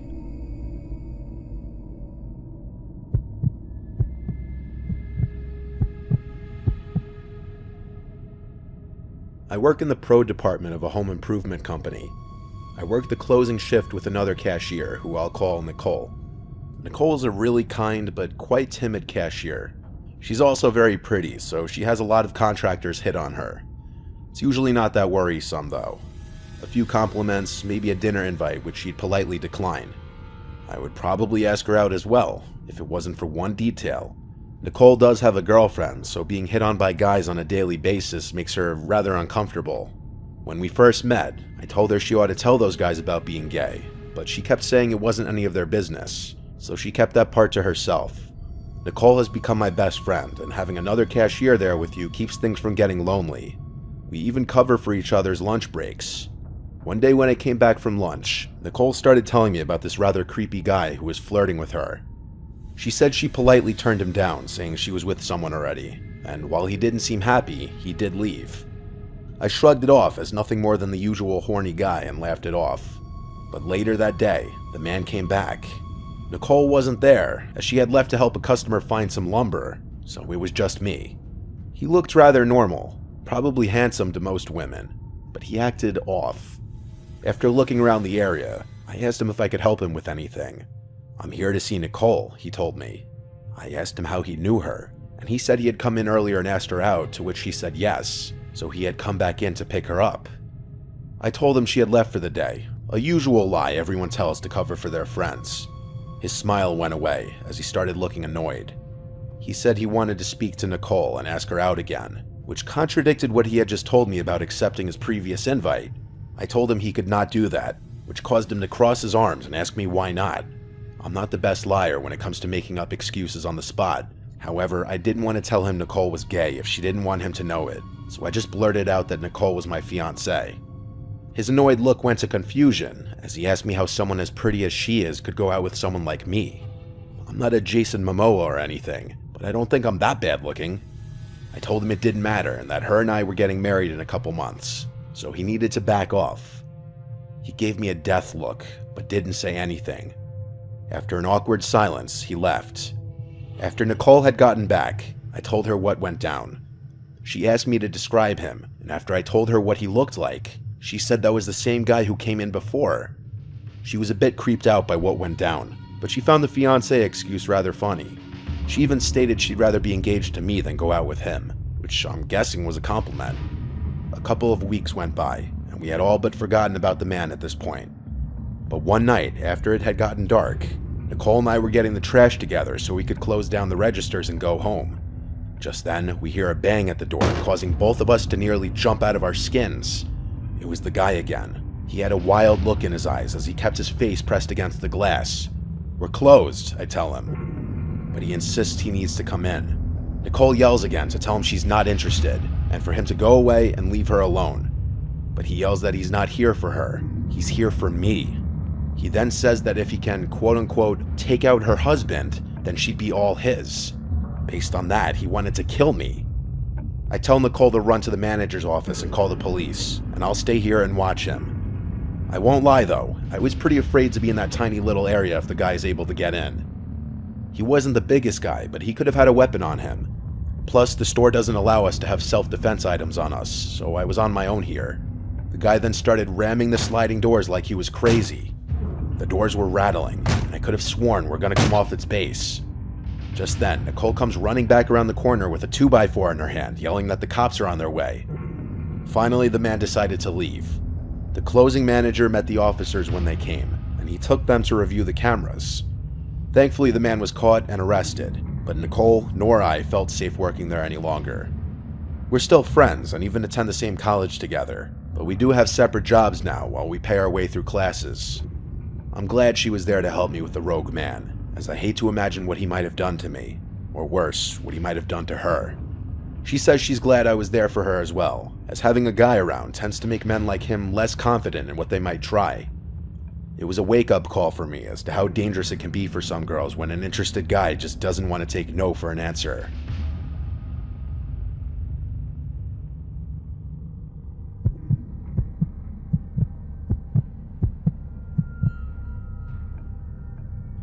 So this happened a little over 2 years ago now, and I wanted to share it somewhere just to look back on it one day and never forget the lesson I learned. It was 2016 and I had just started a new job at a motel. It was low pay, but I needed an office job. One of my friends, Michael, got me this job. For a few days, I did training with the owner in the mornings. For 2 nights, Michael trained me. Our job was the 11 p.m. to 7 a.m. shift. Nothing exciting, checking guests in and doing paperwork. My boss, or the owner, went away with his wife on vacation for a week, which is attributed to the swift training I had to endure. So it was my first night alone on the night shift. There was a monitor with security cameras around the motel's property, and large glass windows all around the office building with a glass door. There was no night window like most motels have. It was fairly early in the night, at about 1 a.m. I was just doing my normal check-in paperwork. That's when a man walks in and asks if we have any rooms available. Usually if someone's sketchy, my boss has me lie and say no, but he seemed normal at the moment. Without hesitation, I said, yes, of course, just for one? And he replies, yes. So I begin creating the reservation on the computer when I notice he starts swatting the air and making spitting noises, as if he's being surrounded by flies. I try to ignore it. As far as I'm concerned, it wasn't my business. So I try to check him into the room as quickly as possible. I give him his key and he's on his way.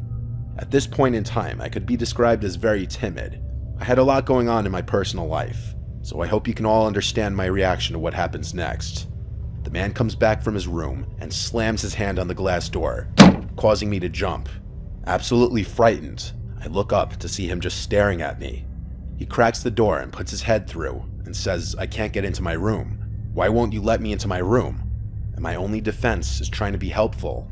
So I replied, maybe there's something wrong with your key. Let me give you another one. The look he had in his eyes was inexplainable. I felt like I was in absolute danger.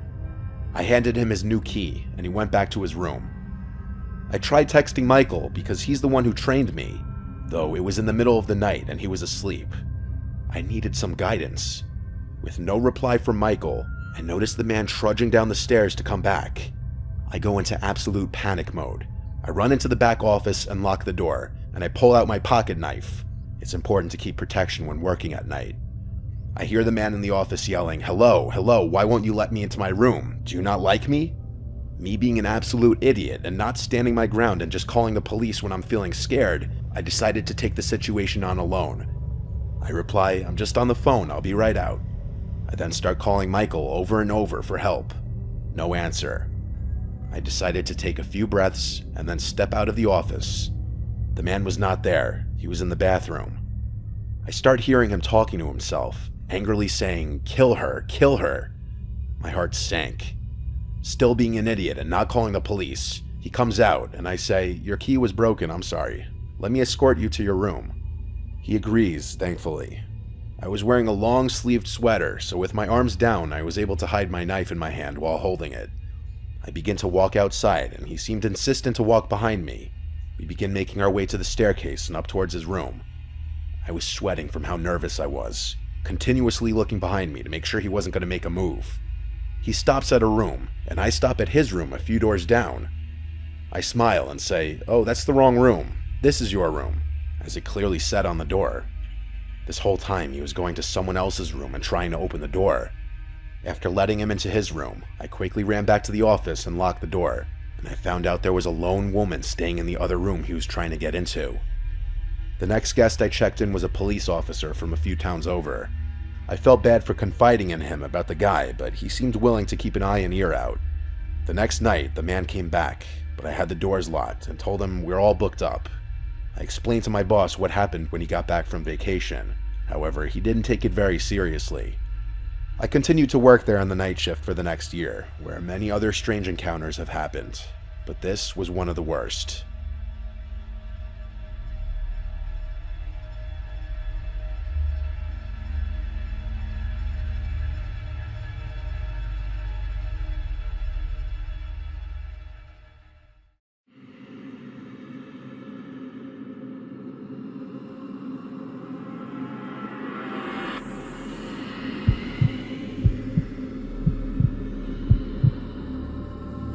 So I've been a pizza delivery guy for a decent amount of time, and I usually get stuck with a crappy shift of 4 p.m. to 4 a.m.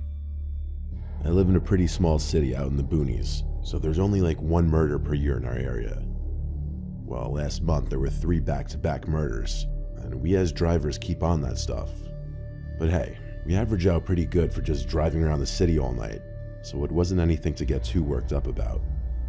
Anyway, it was probably around 1 a.m., and there was only me, another driver, a cook, and our manager who's in his mid-20s, and he's really cool and understanding because he had been a driver in his teens.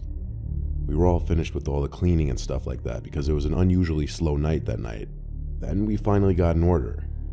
I was the so-called lucky one to get to take this delivery down the dirt road in the middle of nowhere. I personally had never delivered to that area, but it was about 10 miles away from where I lived, so I knew there was only going to be about 5 houses on that lonely 4 miles of road. I put the pizzas in my car and started on my drive. I had just put in 2 12-inch subwoofers in the back of my '99 Honda Accord to complete my white trash look, but they weren't secured in there, and being an unkept dirt road, I was driving pretty slow. My GPS told me I had arrived, but it was about a mile off, so I turned down the subs and pulled up to what I believed to be the house.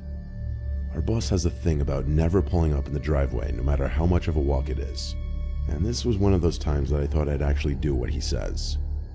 I grabbed the pizza and receipt and walked up to the door. It was a long driveway, and what sucked was they had the audacity to leave all the outside and inside lights off to the house. Probably just watching a movie, I thought to myself, as it wasn't this unusual this time of night. I got up to the door and knocked. Nothing. Great, a 10-mile drive here for nothing. I knocked again and again. I started to get uncomfortable, and that's when I heard the quiet sound of someone or something walking. It was coming from around the side of the house that I couldn't see. I was getting a bit unnerved and decided this was a great time to start heading back to my car. I didn't want to go back empty-handed though, and when I got to the safety of my car, I decided to ring up the person and see if they were just asleep. I was probably just imagining the footsteps or mistaking them for the creaking of the old house. No answer. I decided to balls up and head over to the door one last time for one final knock. So I put my phone on flashlight mode and walked up to the door. One more knock and nothing. This time I heard the footsteps again, and I turned my light and saw a man wearing some sort of werewolf mask. I bolted to my car with him closely on my heels, but it was obvious that he wasn't the fastest man out there, and I easily made it to the car with time to spare. I threw the pizza in the car and floored it, almost hitting the man with my car. I called the police, and it turned out that while yes, this call had been made from inside their house, the actual residents were out of town. This was only a few days ago, and they haven't found the guy. I included a picture of the house for all to see. I was parked by the red, and the yellow indicates where the guy was. I still wonder if this man was part of the murders in our quiet little town. But whoever that was, they probably weren't in it for the pizza.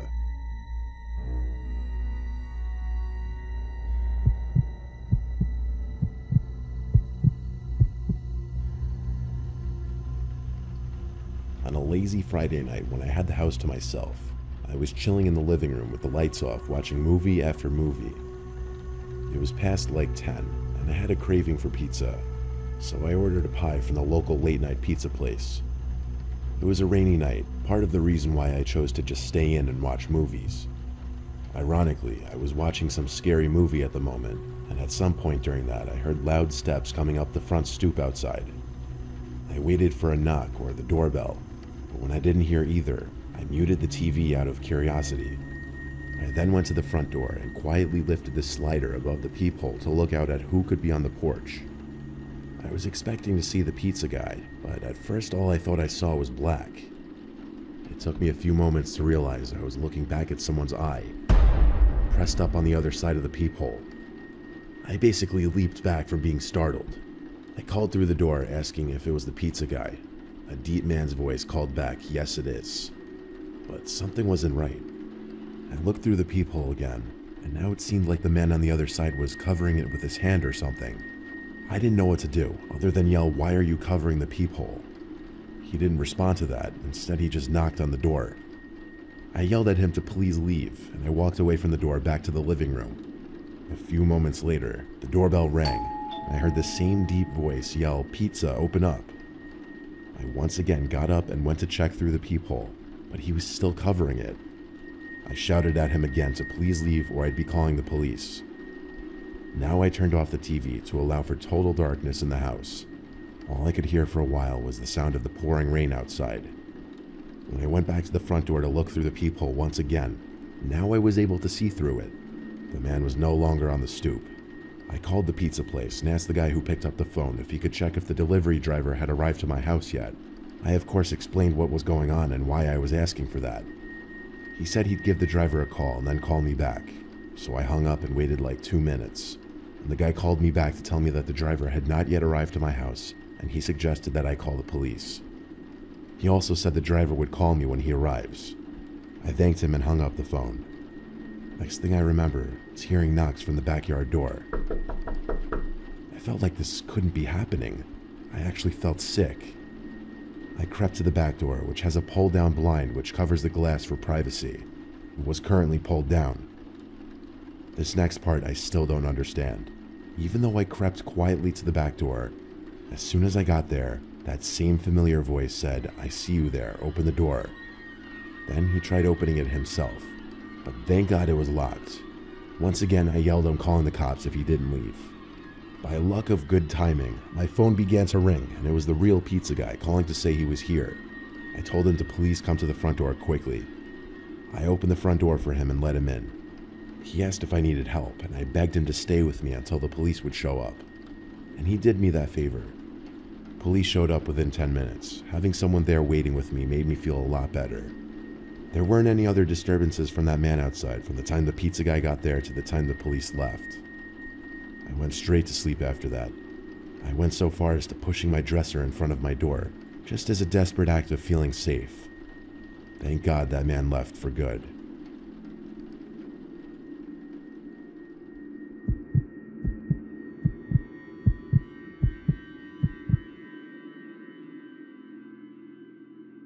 It was a little past 9 p.m. on a Saturday 3 years ago, back when I was delivering pizzas for this pizza place called Gino's. It was my last delivery of the night, my last delivery at that place ever actually. Not because my shift was ending, but for reasons you're about to find out. I was supposed to deliver one regular pizza to this house around 10 minutes from the restaurant. I got there relatively quickly because I drive fast. It was a gated property, so I had to park on the street and walk through the gate up the decently long pathway to the front door. There, I rang the bell and waited. No one answered after a minute, so I rang it again. I knew the doorbell was working because I heard the ringing from outside. Finally, the lights in a room next to the front door turned on, so I naturally looked up to the window, and there were 2 people looking out the window at me, extremely off-putting and unnerving. As I looked back at them, the front door opened, and a man wearing some pig mask opened the door. I couldn't see his face, but he sounded very joyous for the arrival of the pizza. He apologized for their costumes and said they were having a role-playing party. He told me to come in for a second since it was cold and that he'd go fetch his wallet. So I stepped into the house and he shut the door behind me. Then he disappeared into another room. I stepped forward a few feet to get a view into the adjacent room, and the 2 people I saw standing at the window moments before were gone. The man called me into another lit-up room nearby. I didn't feel too comfortable, to be completely honest. The whole mask thing was insanely weird, and the 2 creepy people watching me at the window. Still holding the pizza box, I walked to the other room. As I passed the living room into the room next to it, I was just speechless as to what I saw. There were 6 chairs covered in white sheets arranged in a circle. 4 of them were being sat on by other people wearing bizarre plastic animal masks. The guy in the pig mask who opened the door said, "Come in, it'll just be a moment." I asked, "What are you guys role-playing exactly?" All 5 of them erupted into this creepy laughter, making me even more uncomfortable. The man in the pig mask told me to sit in one of the empty chairs. I looked at him without saying a word. Then I saw someone else creepily entering the room, kind of half hiding behind a wall opposite me. He was wearing a frog mask. I said, "You can just have the pizza," as I started to back away. There was no more laughter, no verbal response. 2 of the people in chairs got up and started moving towards me, so I did the only thing I could think to, and I threw the pizza box as hard as I could at them into the room and ran for the front door, and then I sprinted to my car. And yes, I was chased outside. One of them tried breaking my passenger side window as I hightailed it out of there. I floored it down the street and went back to the pizzeria, where I told my boss what happened, that I was basically robbed, if not about to be kidnapped or worse. He didn't even want to call the cops, and with that, I quit that job that night. I Against my better judgment, I got another pizza delivery job a few months later, but nothing even remotely close to something this strange ever happened again.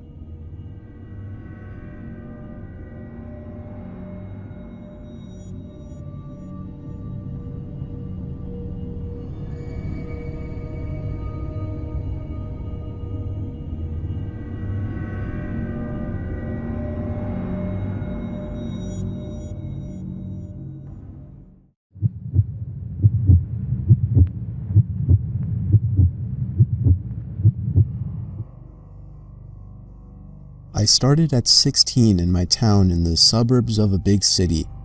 At first, they put me to help the chef in the kitchen and clean the place and stuff. 2 months later, my boss told me that on the days off of the main delivery boy, I would deliver, and I said yes, of course. Then all of a sudden, the delivery boy quit when he came from delivering a pizza at this one house. He looked traumatized and shaken, like something with his face and his eyes. He went into my boss's office and they argued for about 15 minutes. Then he came out and said, "Good luck, kid," then told me he had quit. I asked why and he said, "Just a shitty job, that's all." He then patted me on the back and left. I knew it was something else than just a shitty job, but I didn't think much of it. That was the last time I saw him. So for the next couple of weeks, I was the delivery boy till they could find someone that can deliver pizzas. About 2 weeks into me delivering pizzas, my boss gave me the address to a house, and as usual I put in the GPS and went over. Watching the sunset while driving over there, I was hoping it'd take 2 minutes tops so I could get home. Unfortunately, it was in the rural side of town, where the houses are like a quarter mile from each other. I stopped in front of the 2-floor house and looked at it. I got the creepiest feels when I stared at it. Lawn not cut, with weeds, dead trees, and the old porch with no chairs or flower pots or tables, just plain. It seemed abandoned, but I got out anyways and knocked on the door. I was hoping my boss gave me the wrong address or something so I could get the hell out of there. Then the door lock started to shake and the door opened.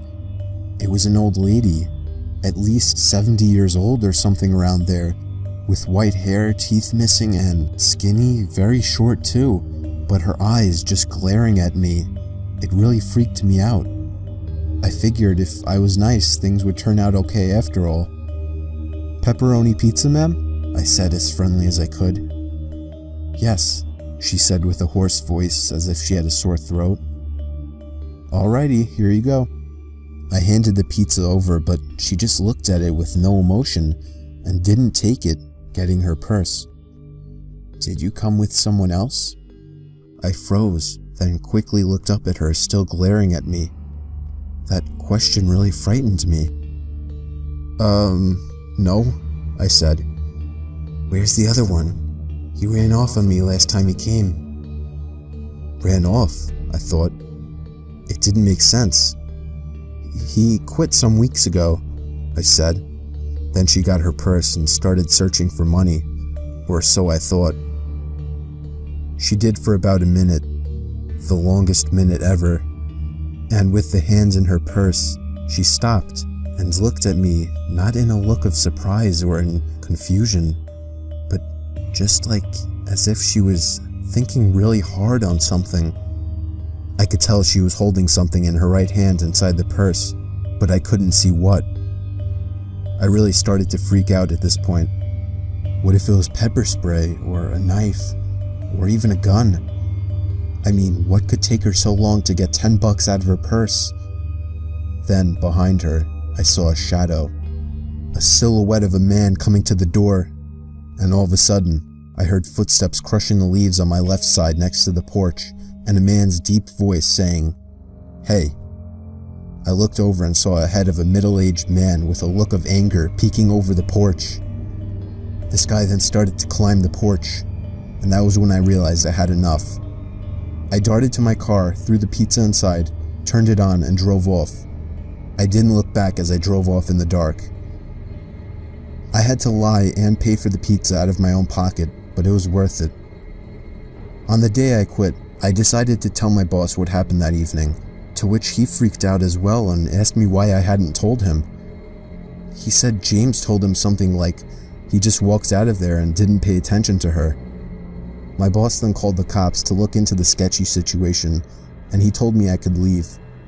About 2 days later, he called back saying the cops had the house registered as foreclosed for over a year, and they found 3 people living in there when they broke in, which were 2 men and the old lady I encountered.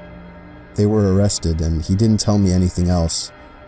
I'm still traumatized, and I don't know what would have happened if I would have waited. They could have easily jumped me, but thank God I quit afterwards, and I'm still alive.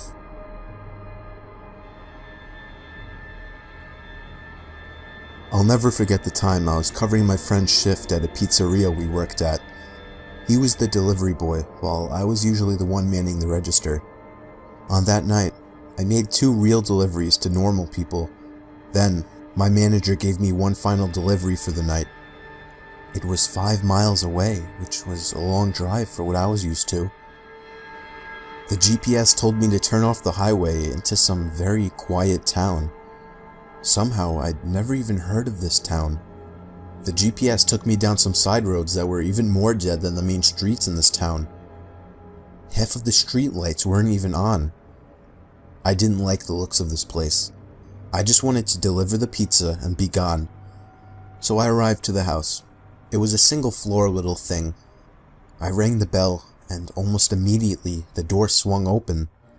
There was an older man, maybe in his upper 50s, that opened the door.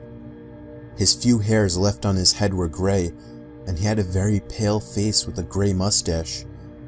He gave me a smile and told me he'd be right back. He walked away into his house out of view, and I just stood there in the cold, waiting for him. I was a little uncomfortable with the area, and the looks of the guy answering didn't help. The sound of stomping on the creaky floors inside the house came to the door, as the man appeared back in the doorway with a smile. He said I should come inside where it's warm while I waited. I told him it's okay, but he just started nudging for me to come inside. I cannot justify my actions, but it was like 5 degrees outside. I foolishly stepped inside the sketchy stranger's house. He shut the door behind me and stepped off into another room in a hurry. It wasn't even much warmer in the house. He clearly didn't even have a heating system. I found myself creeping closer and closer to the door as I got more uncomfortable. Then, the man came out of another room and gave me another smile. He opened up a door, apparently leading to the basement. He looked down and told me that he normally leaves his money down there. He asked me to come down there with him, but I refused. Even from where I was standing, I could see it was totally pitch dark down there. And then, what happened next is where it all fell apart. I heard the sound of a creaking step coming from the basement. Somebody else was down there. I decided it was time to go and turned around to open the door, but the man was already right on top of me. I punched him in the face and managed to get him in a hold, but I heard somebody stomping up the basement steps, and I had to get out of there. I pushed the man to the floor, ran outside, got in my car, and drove off without looking back. I told my manager everything, and he called the cops, but I don't know whatever became of that. My manager gave me a couple days off afterwards. Since then, I am much wiser to the fact that you should never enter a stranger's house. I was out doing a delivery one late night. It was probably the longest drive I have ever taken for a pizza delivery. From the pizza place I worked at, it was a 20-minute drive, which isn't too crazy out where I live. Plus, they ordered 4 large pies, so I figured it was a party and I would get a much bigger tip. Navigating the dirt roads at night was always annoying though. I pulled up to the given address. It was some old, sketchy-looking building, literally in the middle of a forest clearing. There were no cars parked anywhere, or any lights on. I put my car in park and called my boss. I asked him to reread the address at least 3 times to make sure I typed it in right, but that checked out. I could tell he was in a really bitchy mood, and he told me to at least knock on the door and check it out. He would normally get mad if we took back 1 pie, but I was afraid of what he would do if I brought back 4. I was insanely unnerved, but got out anyway and forced myself to the front door of the building. There was no doorbell, so I just knocked really hard. I heard nothing and didn't really expect to hear anything. I was extremely disappointed, not because nobody answered the door, but because I was realizing that it was all a waste of time and gas. I knocked one more time out of desperation, and then began to hear some kind of rustling noises from inside of the building.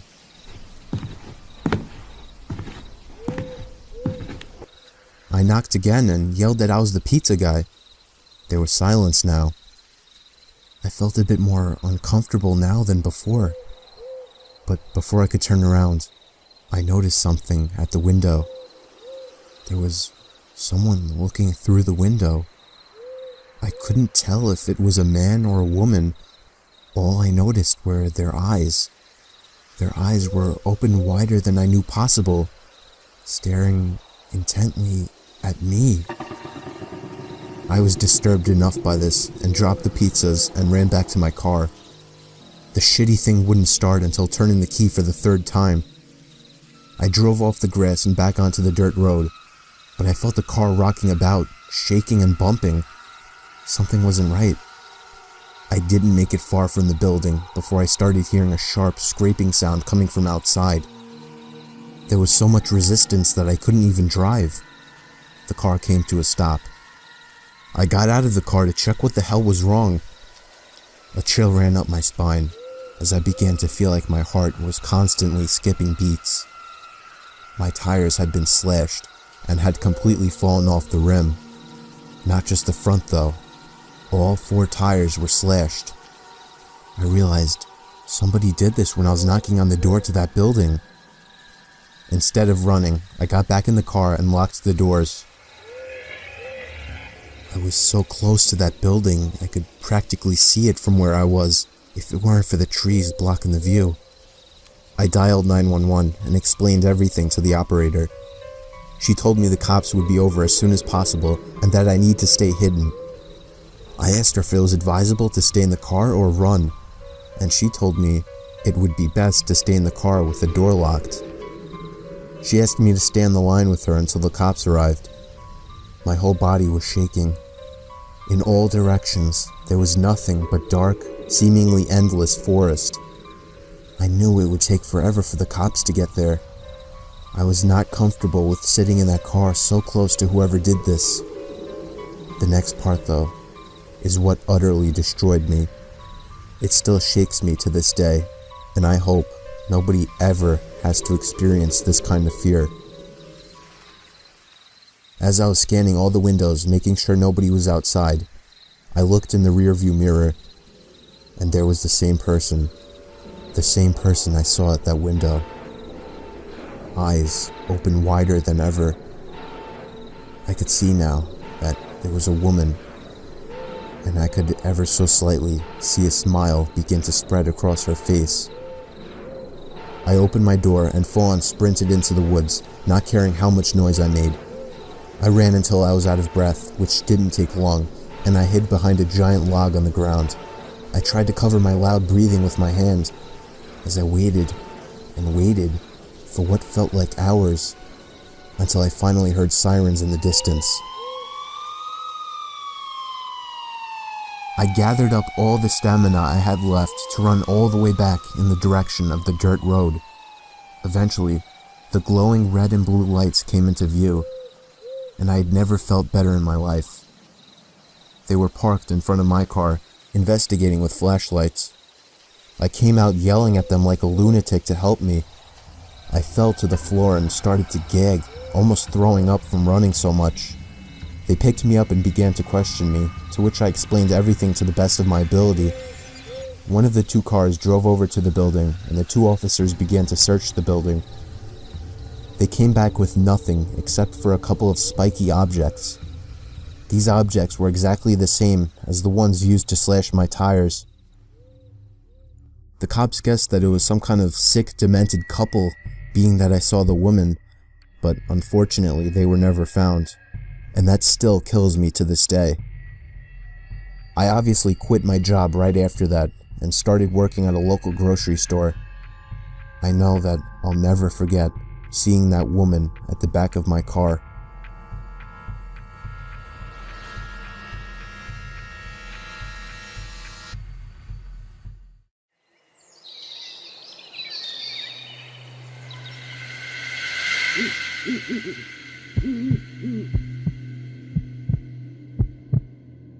Back in high school, my friends and I had a hangout spot like no other.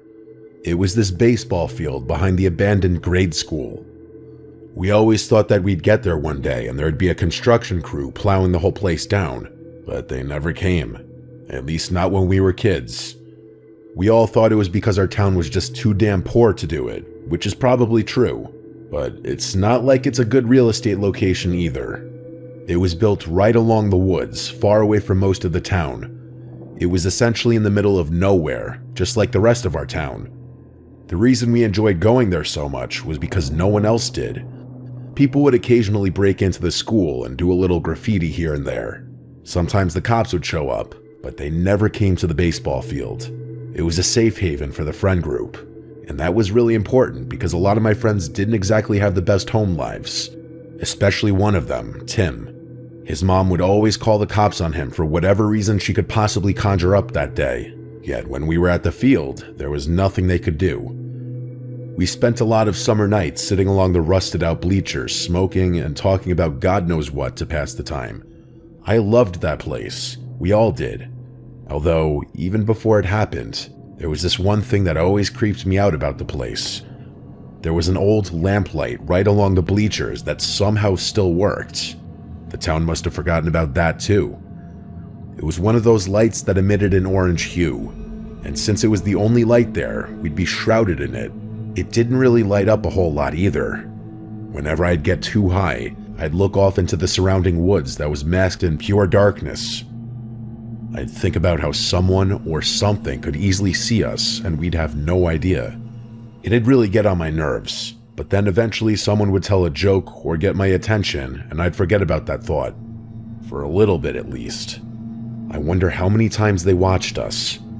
I'll never know. During the beginning of summer, one night my friend Johnny and I were going up to the field. I must have left before he did, because by the time I got there, his car was nowhere to be seen. I decided to get a head start and go off to the field alone. This was pretty frowned upon in our group.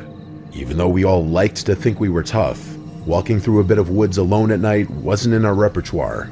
I always kind of enjoyed the thrill though. I went on past the school and through the woods to reach the field. I waited another 10 minutes or so, but he hadn't shown up, so I started to smoke. Another 30 minutes passed and nothing. At this point, the thrill had worn off completely. I decided to walk back to my car. I ended up jogging because of how uncomfortable I felt. I texted him a couple of times, yet he never answered, so I spent another 10 minutes in my car and then just drove home. When I woke up, I saw that he never texted back. I was a little pissed off, but I didn't think much of it. Until later in the day, when my mom asked me if I'd seen Johnny recently. I hit up all our friends, but they knew as much as me. The last time we all saw him was when we were at the field 2 nights ago. A day passed, then another. Soon enough, everyone in town knew. Search parties started running rampant.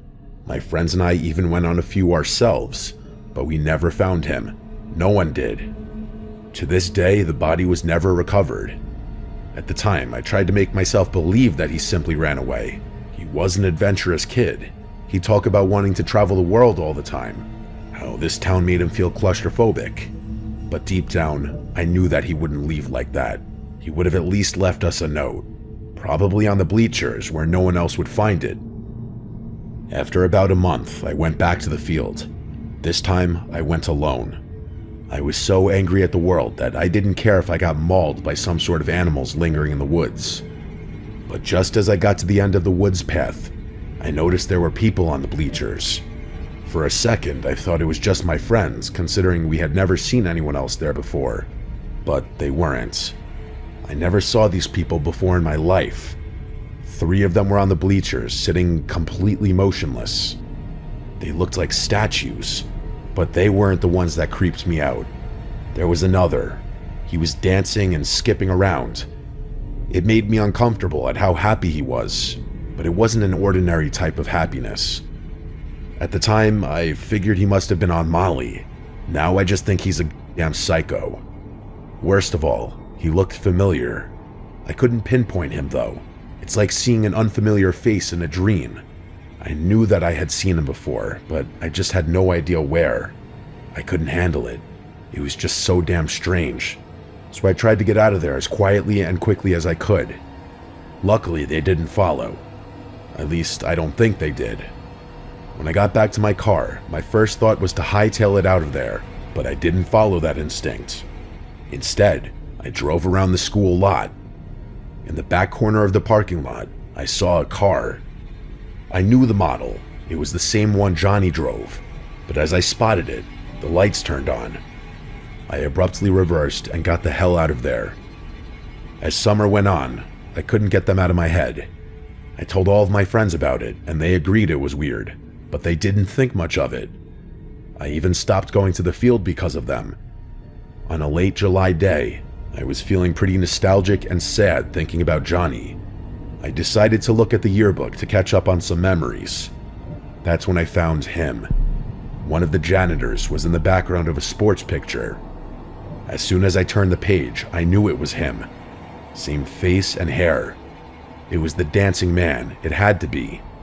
I couldn't believe it. I told all my friends about it, but they didn't know what to do. Eventually, I went to the cops.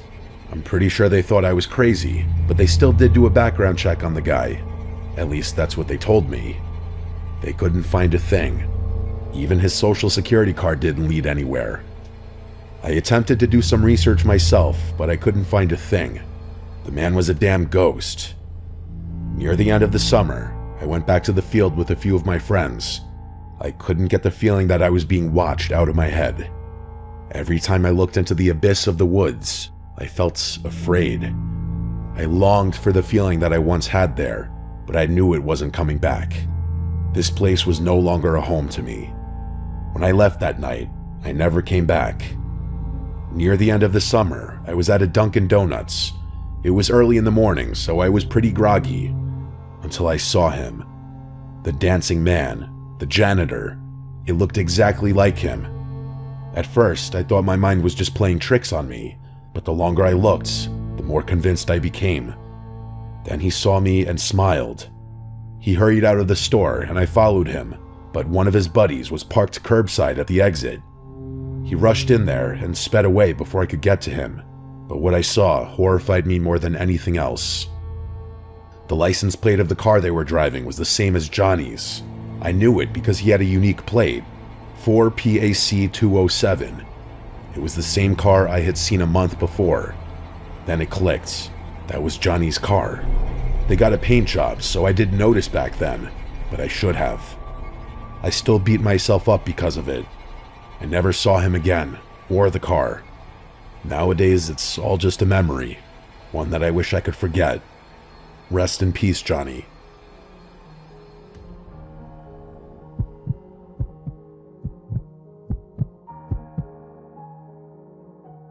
It was the summer of 2024, and my 3 buddies, Jake, Sam, and Marcus and I were desperate for a break from our internship at the Kennedy Space Center. We'd been buried in rocket data for weeks, but as star geeks, we craved a night under a pristine sky. We pored over light pollution maps and Google Maps, zeroing in on a remote clearing deep in Tate's Hell State Forest, a swampy, desolate stretch of Florida's Panhandle. The name came from an old legend about Sebe Tate, a settler who vanished in the swamp in the 1800s, supposedly cursed. We brushed it off. Ghost stories were for kids. We just wanted stars. Our safe haven was an Airbnb, a cozy cabin near Apalachicola, about 30 miles from the forest's edge. After work that Friday, we piled into my Tesla Model Y and Marcus's Mustang, loaded with blankets, snacks, and a telescope. No camping gear since we'd been sleeping back at the cabin.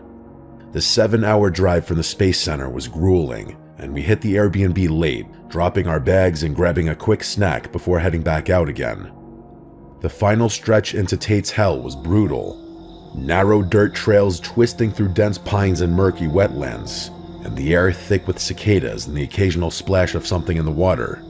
With no cell service, we used walkie-talkies to stay connected between cars, with their crackles cutting through the dark. Around 2 a.m., we reached the clearing, tired and buzzing. The sky was unreal. The stars were blazing like they were close enough to grab. We spread out blankets, set up the telescope, and dove in. 15 minutes later, Sam's voice hissed over the walkie-talkie from the Mustang. He said, "Yo, you see that? Headlights." My gut twisted. We turned, and a faint glow crept along the trail we'd driven in on. Out here, 40 miles from the nearest town, at 2 a.m. in a massive forest, nobody's just passing by. Whoever was out there was trouble. Jake, in the Tesla with me, grabbed his walkie-talkie. "Flash them, see what they do." I flicked the Tesla's headlights. 3 sharp bursts. An old pickup truck, rusted and battered, stopped about 100 yards off. No honk or wave or anything. Then we saw them, the shadowy figures stepping out. 2 or 3, hard to tell in the glare. They just stood there staring, and that's when we heard faint voices, low and garbled, drifting through the swamp. Whispers we couldn't make out. "This is messed up." Marcus crackled over the radio. Sam sounded spooked. "Those voices. Nobody's out here at 2 a.m. for anything good." I swung my flashlight, but the beam didn't reach, catching only shadows. Those whispers kept going, soft and sinister, making my skin crawl. Jake tried to stay cool. "Maybe locals, but let's move," he said. We agreed over the walkie-talkies to find another spot, but we set a rule. If those lights showed up again, we were racing back to the Airbnb's safety. We turned off the main trail. Anyone following us was after us. We sped a mile down a side trail, found another clearing, and set up fast. Just blankets and nerves. 5 minutes in, Marcus's voice cut through the walkie-talkie. It sounded urgent. "They're back," he said. My heart sank. Those same headlights sliced through the dark, much closer now. Then came a gut punch, an engine rev, like they were doing it as a threat. Sam said, "Get us out now." We scrambled into the cars, Jake and I in the Tesla, Marcus and Sam in the Mustang. I floored it, with the Tesla jolting over roots, and branches underneath scraping like claws. Those headlights stuck to us, high beams blinding in my rearview mirror. Jake was on the walkie-talkie saying, "Marcus, you good?" Marcus replied back, "Barely, they're right there." We were 40 miles from help, just 4 young, basically defenseless interns. At 2 a.m. in a place called Tate's Hell, you don't meet good people. I pushed the Tesla to its limits with Marcus close in the Mustang. The trail veered in one direction, and for a second, as we turned, the headlights of the truck tailing us vanished. I prayed we'd lost them, but shortly after, they were back. Like they were toying with us, knowing we were trapped. We hit a fork, and I swerved left, hoping it led to the main road. The truck followed. Finally, after much more panic and stress, the dirt turned to pavement, and a faded highway sign appeared ahead. I glanced back, expecting those headlights, but they were gone. Marcus's Mustang pulled up beside us, and we stopped on the shoulder, panting, just staring into the dark. All we heard in the forest now was just crickets and the crackle of our walkie-talkies. The drive back to the Airbnb was dead silent. We stumbled into the cabin, locking the door, but even that safe haven felt unsafe after what we'd faced. Who were they? We considered some possibilities, like poachers or druggies running something shady, or something tied to those voices in the old tales of Tate's Hell. At 2 a.m. in a place like that, nobody's out for a good time. The way they watched us, the way they chased us without even rushing, it wasn't a prank. It felt like they wanted us to be afraid. We never went back. We don't talk about it. Not at the Space Center, not anywhere. But when I'm driving those lonely Florida roads at night, I think just a little part of me has permanently become more hyper-aware.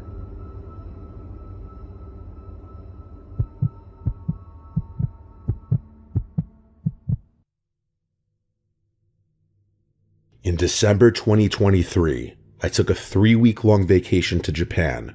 My family owns a hotel near the small mountain town of Kaga Onsen in the west of Japan. It was a large Japanese inn, also known as ryokan, built into the side of the hill next to the Daishoji River. The area surrounding the hotel was inhabited for at least 2 millennia, and it was considered a sacred place. My father had told me a long while back that when the hotel was being constructed, the builders had found a couple of old stone blocks and pillars at the site. Apparently, there was some sort of shrine that had been built there around the 9th century. The last time I stayed in that hotel was over 15 years ago, so I was kind of interested in reliving the experience of staying there. As well as that, I really like exploring, and remembering the story that my father told me, I decided to go and do some off-trail hiking in the forest below the hotel, hopefully finding any traces of the ancient ruins which my father mentioned. As soon as I arrived at the nearby city of Kanazawa, I got a car at the rental next to the train station and drove up to the hotel. It was snowing heavily, and traffic was terrible. The ride was supposed to take around an hour, but instead it took 2 hours. I arrived at the hotel around 8, and I let myself in. The hotel was basically vacant in December, and tourists don't usually go to this part of Japan in the winter. There was no staff at all in the hotel. I found myself being the only person in the hotel. The feeling was quite surreal, just being alone in such a building in the middle of nowhere. I grabbed one of the keys behind the counter, let myself into one of the suites, and slept there for the night. The next day, I went into the forest below the hotel. The snow was quite deep, up to my ankles, and trudging down rough terrain with boots was absolute hell. I must have walked far enough into the forest to lose my sense of direction. I checked my phone, but there was no signal at all. I had been walking for around an hour and didn't know where I was. I was surrounded by trees on all sides, and directly in front of me was a large hill. I thought it would be good if I climbed to the summit so I could get a better vantage point to possibly locate any form of civilization. The ascent was very tough, the sides of the hill being quite steep and rocky.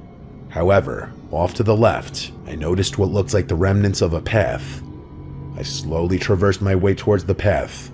It was a dirt path that wound its way up towards the summit of the hill. The path was slightly overgrown with dead branches blocking the way up, but soon enough, I managed to reach my way to the top. However, I noticed that soon enough, the path was gone. It just ended. I looked around the hill and noticed a small cavity in the hillside above the path, hidden in the vegetation, maybe 5 meters away from the path. I climbed up and found myself standing in front of the entrance to a small cave. A bit of mud had washed into the cave, but the opening was large enough for me to fit my body through. I had a small flashlight on me, and I shone it into the opening. I could see a small alcove in front of me, with another small opening to the left. As I entered the cave, a certain smell hit me. I don't know how to explain it, but the best way to describe it is that it smelled like an animal at the zoo. The alcove in front of me was bare, except for a large rectangular block of stone placed right in the middle.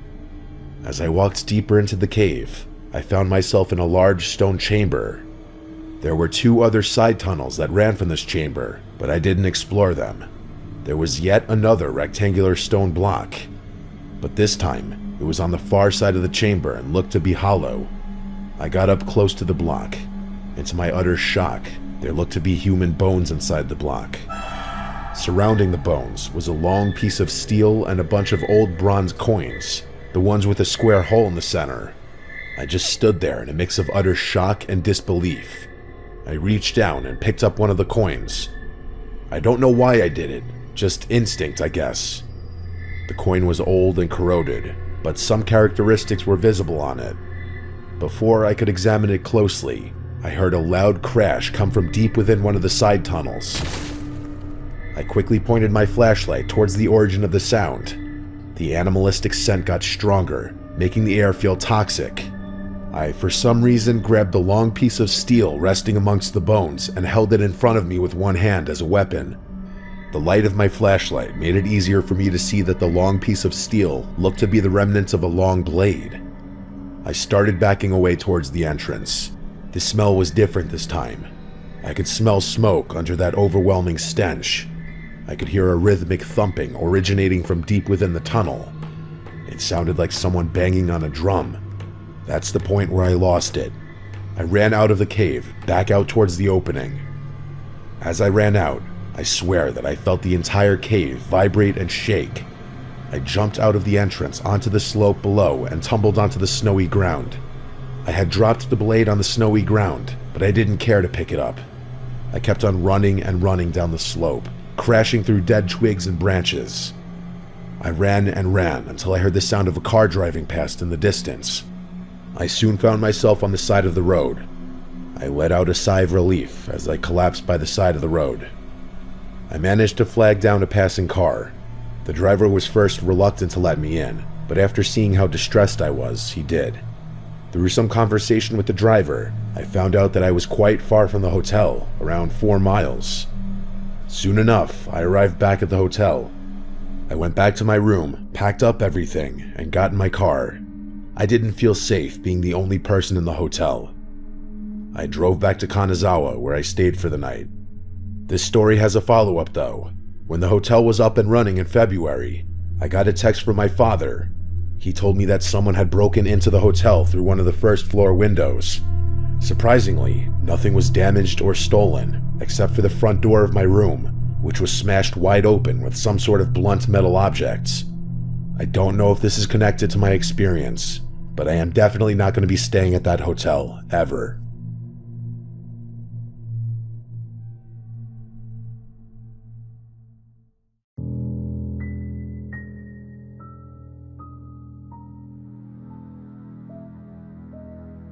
Working as a pizza delivery boy, you'll run into a lot of strange things. However, this story may be an excessive example of that. I was 21 years old, and it was a late Friday night shift at John's Pizza, meaning I would be closing with my boss. It was about 9 o'clock, an hour before closing. My next delivery was to the Saugerties, the next town over. The drive wasn't too long, maybe 15 minutes. I was a bit confused. The map was taking me to an isolated road that seemed to lead to nothing.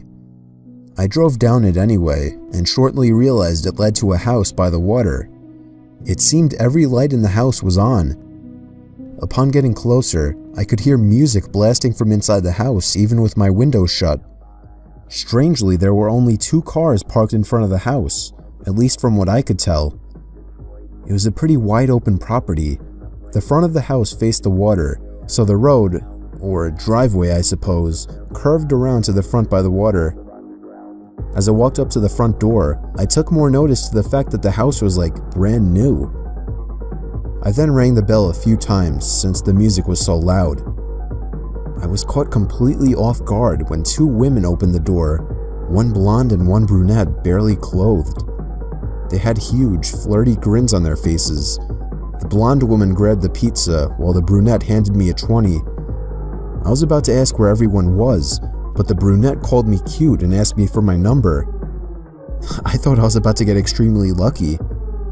After giving her my number, I was about to attempt at getting myself invited in, but the blonde immediately did that for me anyway. I entered the house and picked up on a rather unpleasant odor almost immediately, and there were literally no people anywhere, but I didn't care that much. The 2 women began to lead me upstairs, but unfortunately, this story did not go in the direction you may have hoped it would. I was literally on the 2nd step when a horrifying scream for help came from upstairs.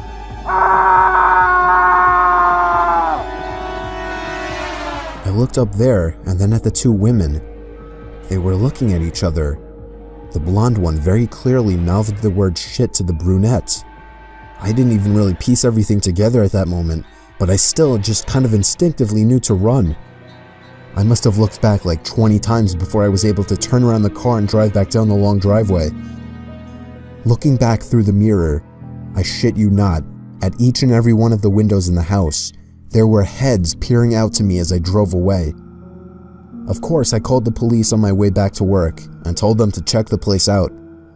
They did, and some investigator guy called me back not even an hour later, telling me whoever was there abandoned the place, and that, in fact, it was a brand new, just-built vacant house for sale. It didn't surprise me much. There was no party going on there. That same night, I got a text saying, "We know where you work." That was enough to drive me to quit that job. Since I mentioned a possible victim upstairs to the police, they came to my house to ask a series of questions about the people. I have also had my number changed since then, as I want no possible links to this incident, and I want to live with peace of mind.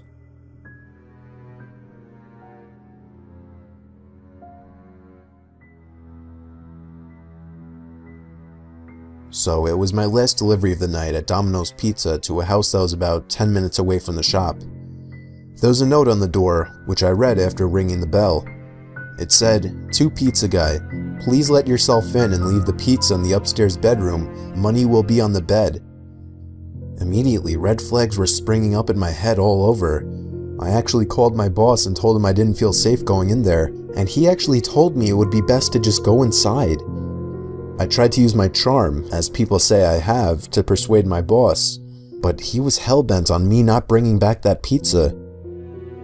The door was unlocked, so I let myself in. It was an average-sized house with some furniture that seemed a bit aged. There was a small nightlight shaped like a candle on the wall, providing just enough light to see a bit into the living room and my way upstairs. There were no lights in any of the rooms up there, just another candle nightlight. More red flags going off in my head. I come to the end of the small hallway upstairs. There are two doors, one open, one shut. The open door leads into a dark room, which I had to guess was the bedroom. As you may imagine, I was shaking in my shoes, afraid for any sudden sounds or movements anywhere. I pushed the door open completely and pressed my hand against the wall looking for the light switch. Found it. I flicked it on. Nothing. The lights didn't seem to work in this room. I very slowly walked over to the center of the room until something cushiony stopped my leg. It was a bed. I placed the pizza on the bed and began to search for the money in the dark.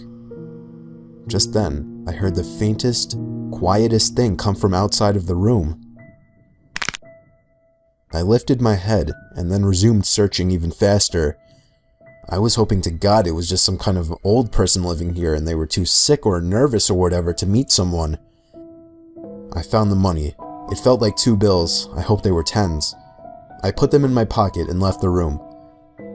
I stopped outside the room and saw the door to the other room was open. I could have sworn it was shut earlier. Your pizza's on the bed. Have a great day." I myself could hear the shake in my voice. There was no kind of response. I started to lean into the dark room to maybe get a better view. Too dark. I reached my hand into the room and searched for a light switch, but something grabbed my arm with a painfully tight grip and tried pulling me into the room. I screamed and jabbed at the arm with my keys, finally breaking free and getting back to my car. Nothing chased me out, nobody followed my car. I told my boss about it, and even talked him into giving me a raise for making me go through that hell. He didn't want me to call the cops for whatever reason. It wasn't really on the top of my mind, but in hindsight, I guess it would have made sense to get the police to check that place out. Anyway, not everything was terrible. I did get my pay raised from $7.50 to $8.50.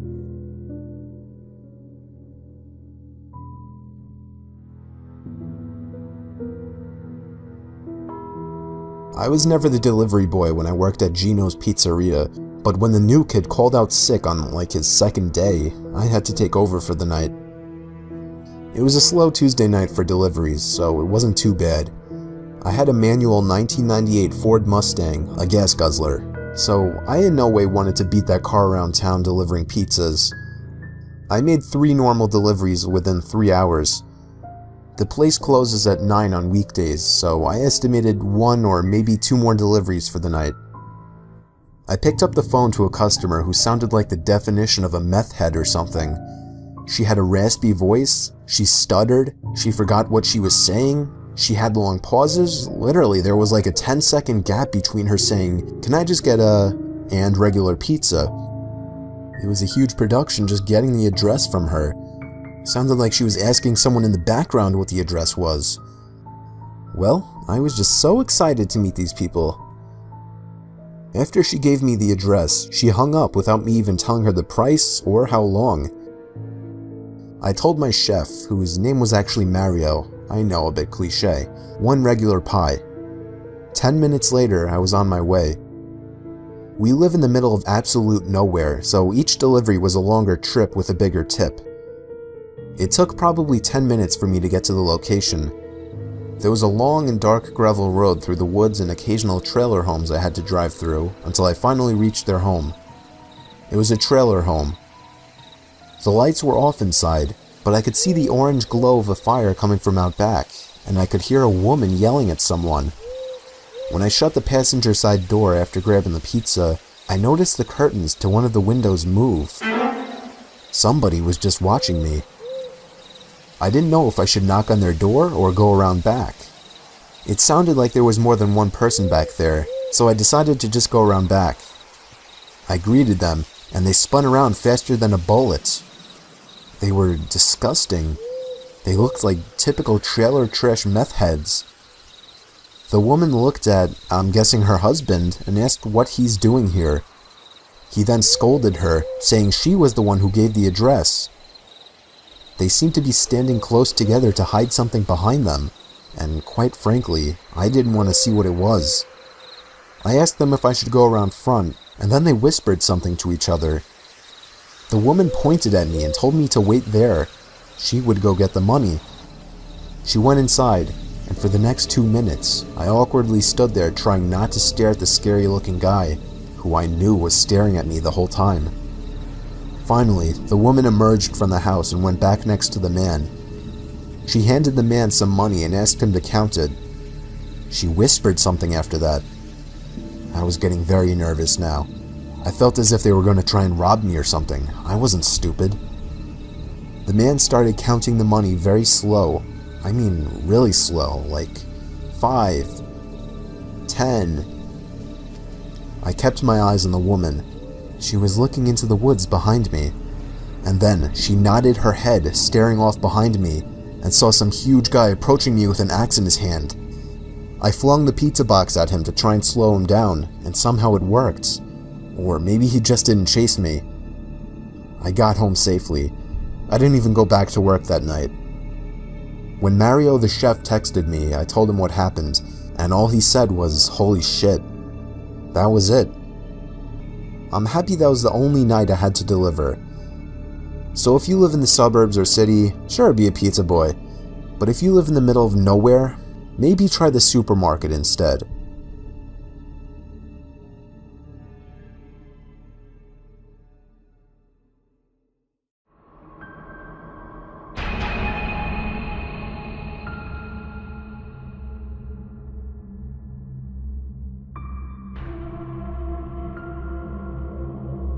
It was early June 2017. I was taking a road trip with my 9-year-old son Tom to West Virginia to visit family. It was a long, stressful drive. My car didn't have working AC at the time, and it was an incredibly hot day, so we were a bit stressed out by the 6-hour mark. We had left later in the day, so we were still on the road by dark. I think it was around 9 p.m. when we were still on the interstate, and Tom started complaining that he needed to use the bathroom. There was already tension in the car before this, but his constant complaining brought about a slight argument between the two of us. It was about personal stuff I'd rather not share with the internet. At last, I saw a blue rest area sign zoom past us on the interstate, so I veered off into the rest area. It had a small building with 2 bathrooms, a couple vending machines, and a few benches. That was it. There were no other cars parked nearby besides some big white pickup truck. As I pulled up next to the building, Tom got out in a hurry and ran to the bathroom. I left the car on because I knew he'd be back soon. Like I said, I don't want to get into personal stuff, like why we had a bit of an argument, but it seemed we were at that stage where we weren't exchanging words anymore. I figured the rest of the ride would be silent. About a minute later, the back door opened and then shut. I wanted to say something to Tom, but I didn't know what to say, so I just stayed quiet and drove off. I noticed that the white pickup truck parked nearby was leaving as well. In fact, he was close behind me. I veered back onto the interstate and into the left lane, and the pickup truck did the same. I stepped on it a little, and so did he. He started flashing his lights, so I switched to the right lane, thinking he was nothing but an aggressive driver. But as soon as I switched to the right, so did he. He was still flashing his lights. I pulled into the right lane and started to slow down. He sped up, still in the middle lane, and when he caught up to me, he slowed down and lowered his window. I did the same, and he started yelling something to me, pointing at my car. He looked like a creepy, sketchy dude at first glance. I couldn't hear a word he was saying, so he pointed for me to pull over to the side. I told Tom to keep calm. In my head, I was saying if this guy tried to do anything funny, I would floor it. The pickup pulled up behind me on the grass, and the guy came out of his truck, running to my car. I put the car back in drive as my heart was racing, ready to drive. But then he screamed, "Wait." He got to my window and said, "That's not your kid," and pointed to the back seat. As he said this, I was confused and said, "What?" He said, "That's not your kid that got in your car." Suddenly, the back right side door opened, and I turned to see someone getting out of my car, not my son Tom. I got out from the car, screaming at the tall person who seemed to be a fully grown man, but they had already disappeared into the woods. I looked at the driver of the pickup and thanked him as I suddenly panicked, thinking about what could have happened to Tom. I got back in my car, crossed the grass between the interstate, and drove back to the rest area. The guy in the pickup followed me. We got back there in like 30 seconds to find Tom waiting outside the rest area bathroom. He got back in the car, all confused. I explained everything to him, almost out of breath, as did the pickup driver. I thanked the guy one more time before he drove back to the spot he was sitting in before. Tom was so intrigued about what just happened, and I was so disturbed that we were back on good terms again. We chatted the whole rest of the way and told family about it as soon as we arrived. I never even got to see what the person who got in my car looked like. Honestly, maybe I should be happy I never turned around to look at them, because I don't know what they would have done.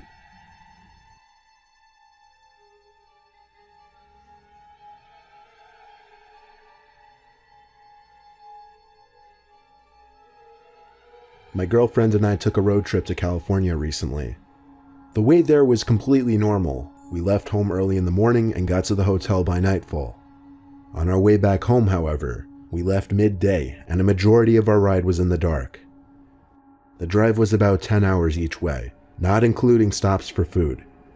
We made 2 food stops, the first after about 3 hours of driving, then one more much later and deeper into the night. We got off the freeway at like 12:30 at night and went to the nearest Wendy's for food. We got right back on the freeway after that. I ate while I drove, which my girlfriend wasn't too fond of, but I just wanted to get home sooner rather than later. Shortly after getting back on the freeway, it started to rain. My girlfriend forced me to pull over now. She didn't want me eating and driving in poor conditions. As I pulled to the side, it actually started to downpour. I finished up eating my food, and then we heard a bang sound at the window. At first, I chalked it up to noises from the storm, but when I looked to my left out the window to see a figure blocking 90% of the window, along with the shriek of my girlfriend's, I nearly had a heart attack. I didn't want to roll down the window given how hard it was pouring, but over the sound of the torrential rain pounding on the car, I couldn't hear what the person was saying. I opened the door a crack and yelled out to the person, who turned out to be a woman. She was soaked already and looked disheveled and scared. She asked for a ride, and what was I going to do? Tell her no in these conditions? I told her to get in the back seat. My girlfriend gave me a look. I don't know what kind of look exactly, but it looks kind of like a "why the hell did you let her in" kind of look. I asked the woman where she was heading. She didn't answer. I caught my girlfriend giving me a look again because of this. I ignored her and turned around to look at the woman in the back seat, assuming she didn't hear me.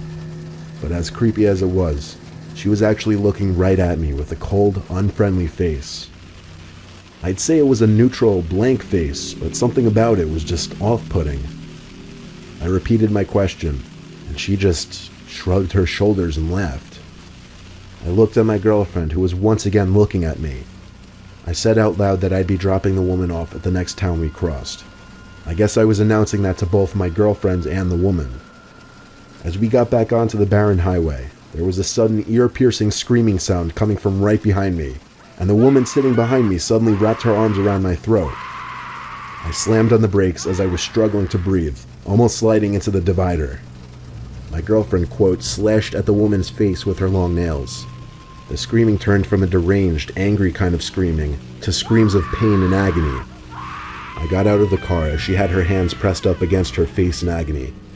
I then opened the back door, grabbed the woman with both hands, and literally threw her out of the car into the rain. She started begging, "Please, please," over and over as I looked down at her. But that's all she said. She cried as she kept saying the word "please." I ignored her and got back into my car and locked it. As I put the car in drive, there were bangs at the window as the woman started screaming again. Her screams once again sounded like the screams of a deranged mental asylum patient. I drove away casually, as she was no longer a real threat, or at least not that I knew of. My girlfriend quickly got on the phone with the police and warned them of some suspicious, unstable woman lurking around the highway. We didn't stop again, though. We went straight home from there, obviously a bit shaken up and whatnot, but I didn't want to be thinking about that incident for any longer than I had to.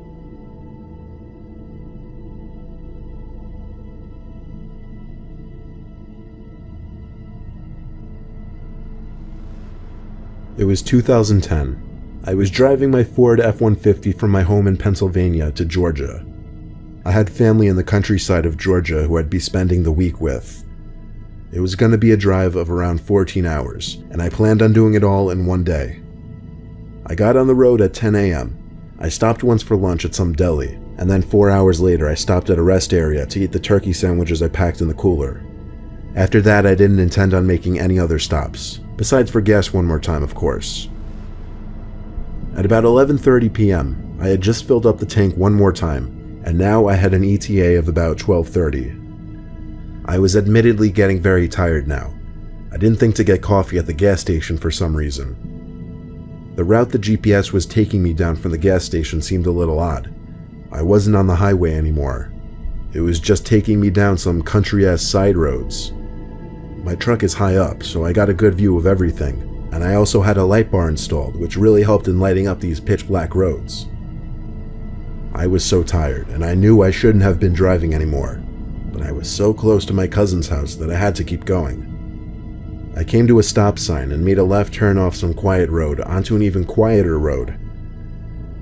The speed limit on this road was 45 though, which was good. This road was empty of any kinds of buildings or houses. It was just woodland on either side.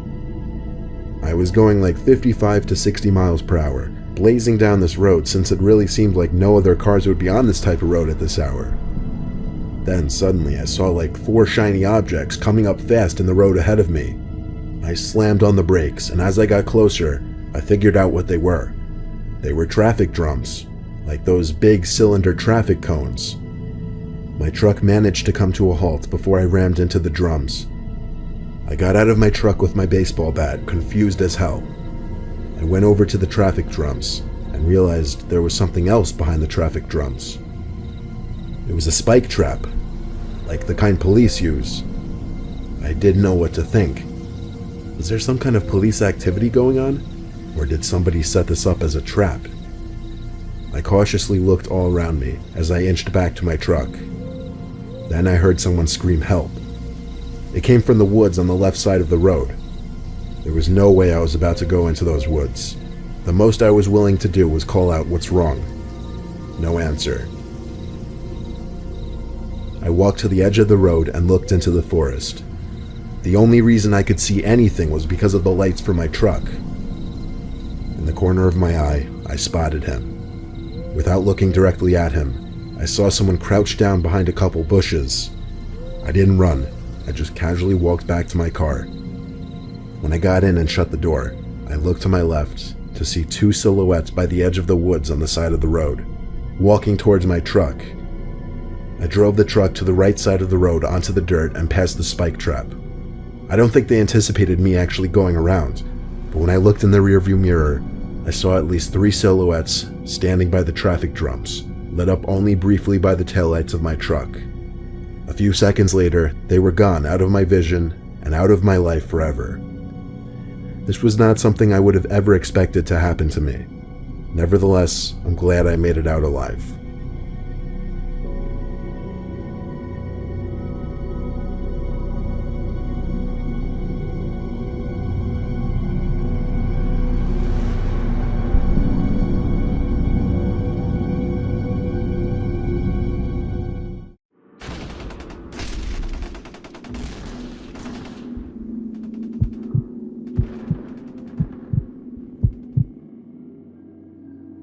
My dad served in the Vietnam War from 1960 to 1962. For the longest time, he didn't tell anyone outside of the family this story, but he's in his mid-80s now, and he doesn't care about me sharing it with anyone. Not that I intend to release any of our names. I've heard this story told by him 5 times now, and each time I learn about new details he hadn't mentioned the time before. He didn't like to tell this story for obvious reasons, I think. Not only is thinking back to any of those events probably traumatizing, but also he would always say he felt it would be an inappropriate family gathering discussion. My dad did a lot of things in the war. At one point he was what was known as a tunnel rat, which was a soldier who performed underground search and destroy missions, usually in underground tunnels. My dad and 2 of his comrades were crawling through a deep tunnel expecting to hit a booby trap or run into an ambush, but the tunnels were surprisingly empty and silent. My dad describes the experience of crawling through the silent, dark tunnels as bone-chilling and adrenaline-pumping, as the fear of instant death at any moment would linger. My dad and his comrades heard a faint yelling and crying sound further down the tunnels. It was of a woman. As they crawled deeper into the tunnels, the cries and screams became more clear. And it was obvious there was a woman screaming for help. The 3 picked up their pace, worried of a potential hostage or a prisoner situation. As they continued to crawl through the tunnels, the cries for help got a little louder and clearer. They arrived to a small room that they could slightly get off their knees in. The ceiling was just high enough to half stand, half crouch. There was a small table with a lantern on it that was still lit. There were also 2 broken chairs and a locked safe box with some metallic objects that would rustle around inside the box when shaken. Aside from that, this small room was empty. However, the tunnel continued past this room. So they continued deeper into the tunnel, but the screams for help had stopped at this point. My dad described this horrible, familiar stench of death that soon became overwhelming in the tunnels. They entered one final room with no further tunnels. My dad still refuses to describe everything that was in this room in detail, other than there were multiple bodies, and they weren't killed by just bullets. They looked as though they'd been mutilated by some kind of creature. One of the bodies was that of a woman. The scene was so horrible that my dad and the 2 other tunnel rats had to turn around and flee. They had no explanation for what could have done what was seen in that room. On their crawl back out of the tunnels, they started hearing the cries for help from that woman's voice again. My dad says he and his comrades froze and looked at each other with wide eyes and obvious fear in their faces. They had made it to the end of that tunnel. There were no living things from there to the end of it, yet those screams for help were coming from the direction that they just were. They picked up their pace even more. My dad was in the back of the group of 3, and he says he would look back every 10 seconds, thinking he was hearing sounds from behind him, fearing he would see someone or something approaching from the darkness. They made it back to the surface eventually, and marked the entrance with a flag that signified to his team that the tunnel had been searched and cleared. Most tunnels would be interconnecting as a means of underground transportation and cover, but my dad says this tunnel was unusual to abruptly end. He says it was easily the most gut-wrenching, horrific, nightmare-inducing thing he'd experienced in his entire 2 years in Vietnam.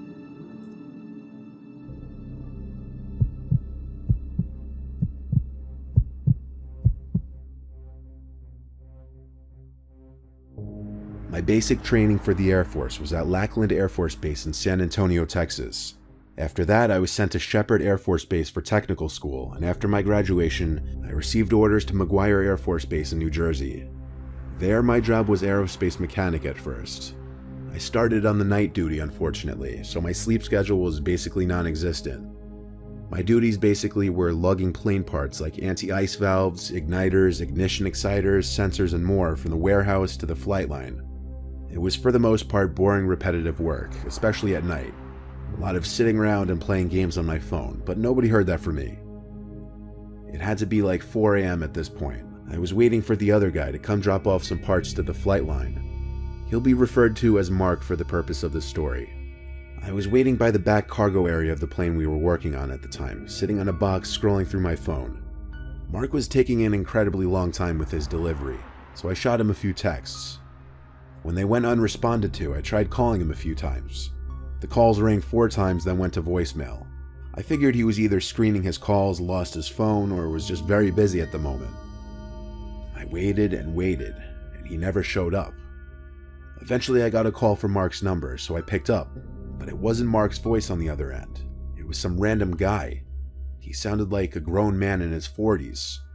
He said he saw I tried calling a few times and said he found this phone on the ground outside of the base. I described what Mark looked like and asked him if he had seen anyone who may have resembled him. He said he had not. It's not like he would have been allowed on the base, so my only option was to drive out there and meet him. I asked him where he was, and he gave me the name of a nearby joint where I agreed to meet him. I walked to my car, which was parked in the closest parking lot, and I drove off the base towards the place he told me to meet him. While I was mid-drive, I remembered Mark was sharing his location with me. Long story, but we basically met these 2 girls this one night while off base who we separated from each other with. We, as a joke, started sharing our locations with each other in case we got quote-unquote murdered, as we kept joking. We joked about it mainly because we met them at a sketchy dive bar, but I'm not about to get into that. The place the man on the phone told me to meet him was called Tara's Tavern in Cookstown, the closest town to the base. I pulled up the location of Mark's phone and it checked out. It showed Mark's phone location right next to Tara's Tavern. This begged the question, what was that man doing there this late? At this hour the place wasn't open, and there were 0 cars on the road. I pulled into the little parking lot and parked. I stepped out and called Mark's phone again. The guy picked up, and he spoke in a noticeably lower voice now. I told him I was in the parking lot of the pub, and he said he was as well. He said in almost a whisper, "I'll be right over." Then he hung up. It was weirder in the moment than it sounds explaining it. I looked at the location on my phone to see if it was updating, but it seemed the location of Mark's phone was in this small patch of woods about 200 feet long and 200 feet wide. I tried calling again and it went straight to voicemail. I looked around the whole parking lot but didn't see anyone. I was all alone, not even an occasional passing car. I looked to the woods when I heard something over the sound of the crickets, like someone's footsteps, and then I saw a man. It was him. He was standing just behind the tree line between the woods and the parking lot. He called to me, "Are you alone?" And the sight of him, only his upper body visible, it was freaky as hell. I called back, "No, why?" as I inched my way closer to my car. This was one giant red flag. He called back, "Who are you with?" I didn't answer that. I got in my car and drove back to base. I called my supervisor and told him Mark was missing and someone was hiding in a patch of woods with his phone. My supervisor told me he was with Mark at that moment. He told me to meet them at the small building by the flight line. I met with the 2 and told them once again what I witnessed when tracking his phone. Mark told me what happened. While off the base, he was approached by somebody outside of a 24/7 convenience store asking for a ride back to the base. Mark believed that he was actually in the Air Force at first and let him in the car, but as they were driving, the man asked Mark to pull over by the woods so he could pee real quick. Mark obliged for some reason.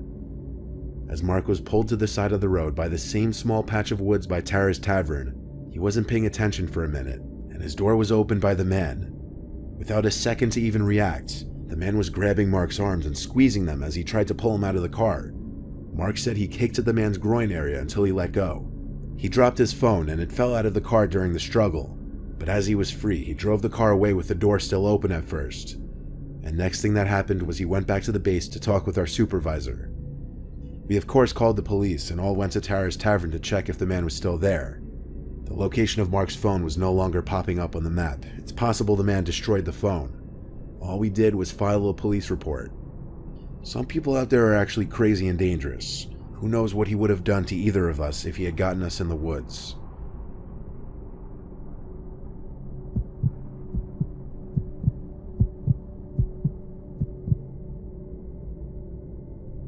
During my days as a Marine, I had many different jobs on site, but my least favorite was graveyard patrol. At one point, I was one of the few with the overnight graveyard patrol shift for a nearby memorial cemetery. As you would imagine, it was a pretty slow shift with not much going on. Oddly enough, even though the cemetery was in a remote location surrounded by dense forest on each side, and I was working the literal graveyard shift, I found the job more relaxing than scary or unnerving. I would be the only one in the cemetery, and my relief would come around 4 a.m., which would be the end of my shift. So this had to have happened past 3 a.m., nearing the end of my shift. It was on this otherwise regular night that I was patrolling near the perimeter fence where some of the older headstones were. I wasn't allowed to be on my phone. If I were to be caught with my phone, I would be reprimanded. Even though it was unlikely to be caught since there was no one else really around except for me, I tried my best to follow that rule. So it was just a lot of walking around and looking at old headstones. But anyway, while patrolling past some of the older ones, I began to hear a woman's humming. It was this very calming, soothing kind of humming, only I wasn't calmed or soothed, because nobody was supposed to be in the cemetery, so it was more so a cause for concern. I started following the sounds of the humming. It was coming from behind this intentionally planted line of thick trees with vines and brushes sprouting from the sides of them. Instead of walking around the long wall of trees, I squeezed through the vines and bushes to the other side, cutting myself in the process. As I struggled to make it to the other side, the humming suddenly stopped as quickly as it started. I was left alone to the silence once again, not even the sound of a cricket. I walked closer to the edge of the memorial property, by the woods, near a few of the big mausoleum-looking structures, and I could distinctly hear some kind of buzzing sound coming from one of them. I stepped up the 3 white steps into the structure. The little door didn't have any kind of locks on it. I'd never been in any of these structures until this point, and I was incorrect in my assumption that they were mausoleums. I still don't know what the purpose of them were, maybe some kind of memorial building for deceased veterans in the cemetery. As I was inside that cold, dark structure, I could actually feel the hairs on my arms begin to stand up as I got goosebumps for reasons I wasn't sure of just yet. That buzzing sound was coming from inside of the structure, but it almost seemed like it was coming from beneath my feet. I looked down to the wood floor, and there were tiny round holes in each plank of wood, it seemed. Big enough to look through, but way too dark down there to see what lay below the floorboards. I had an idea.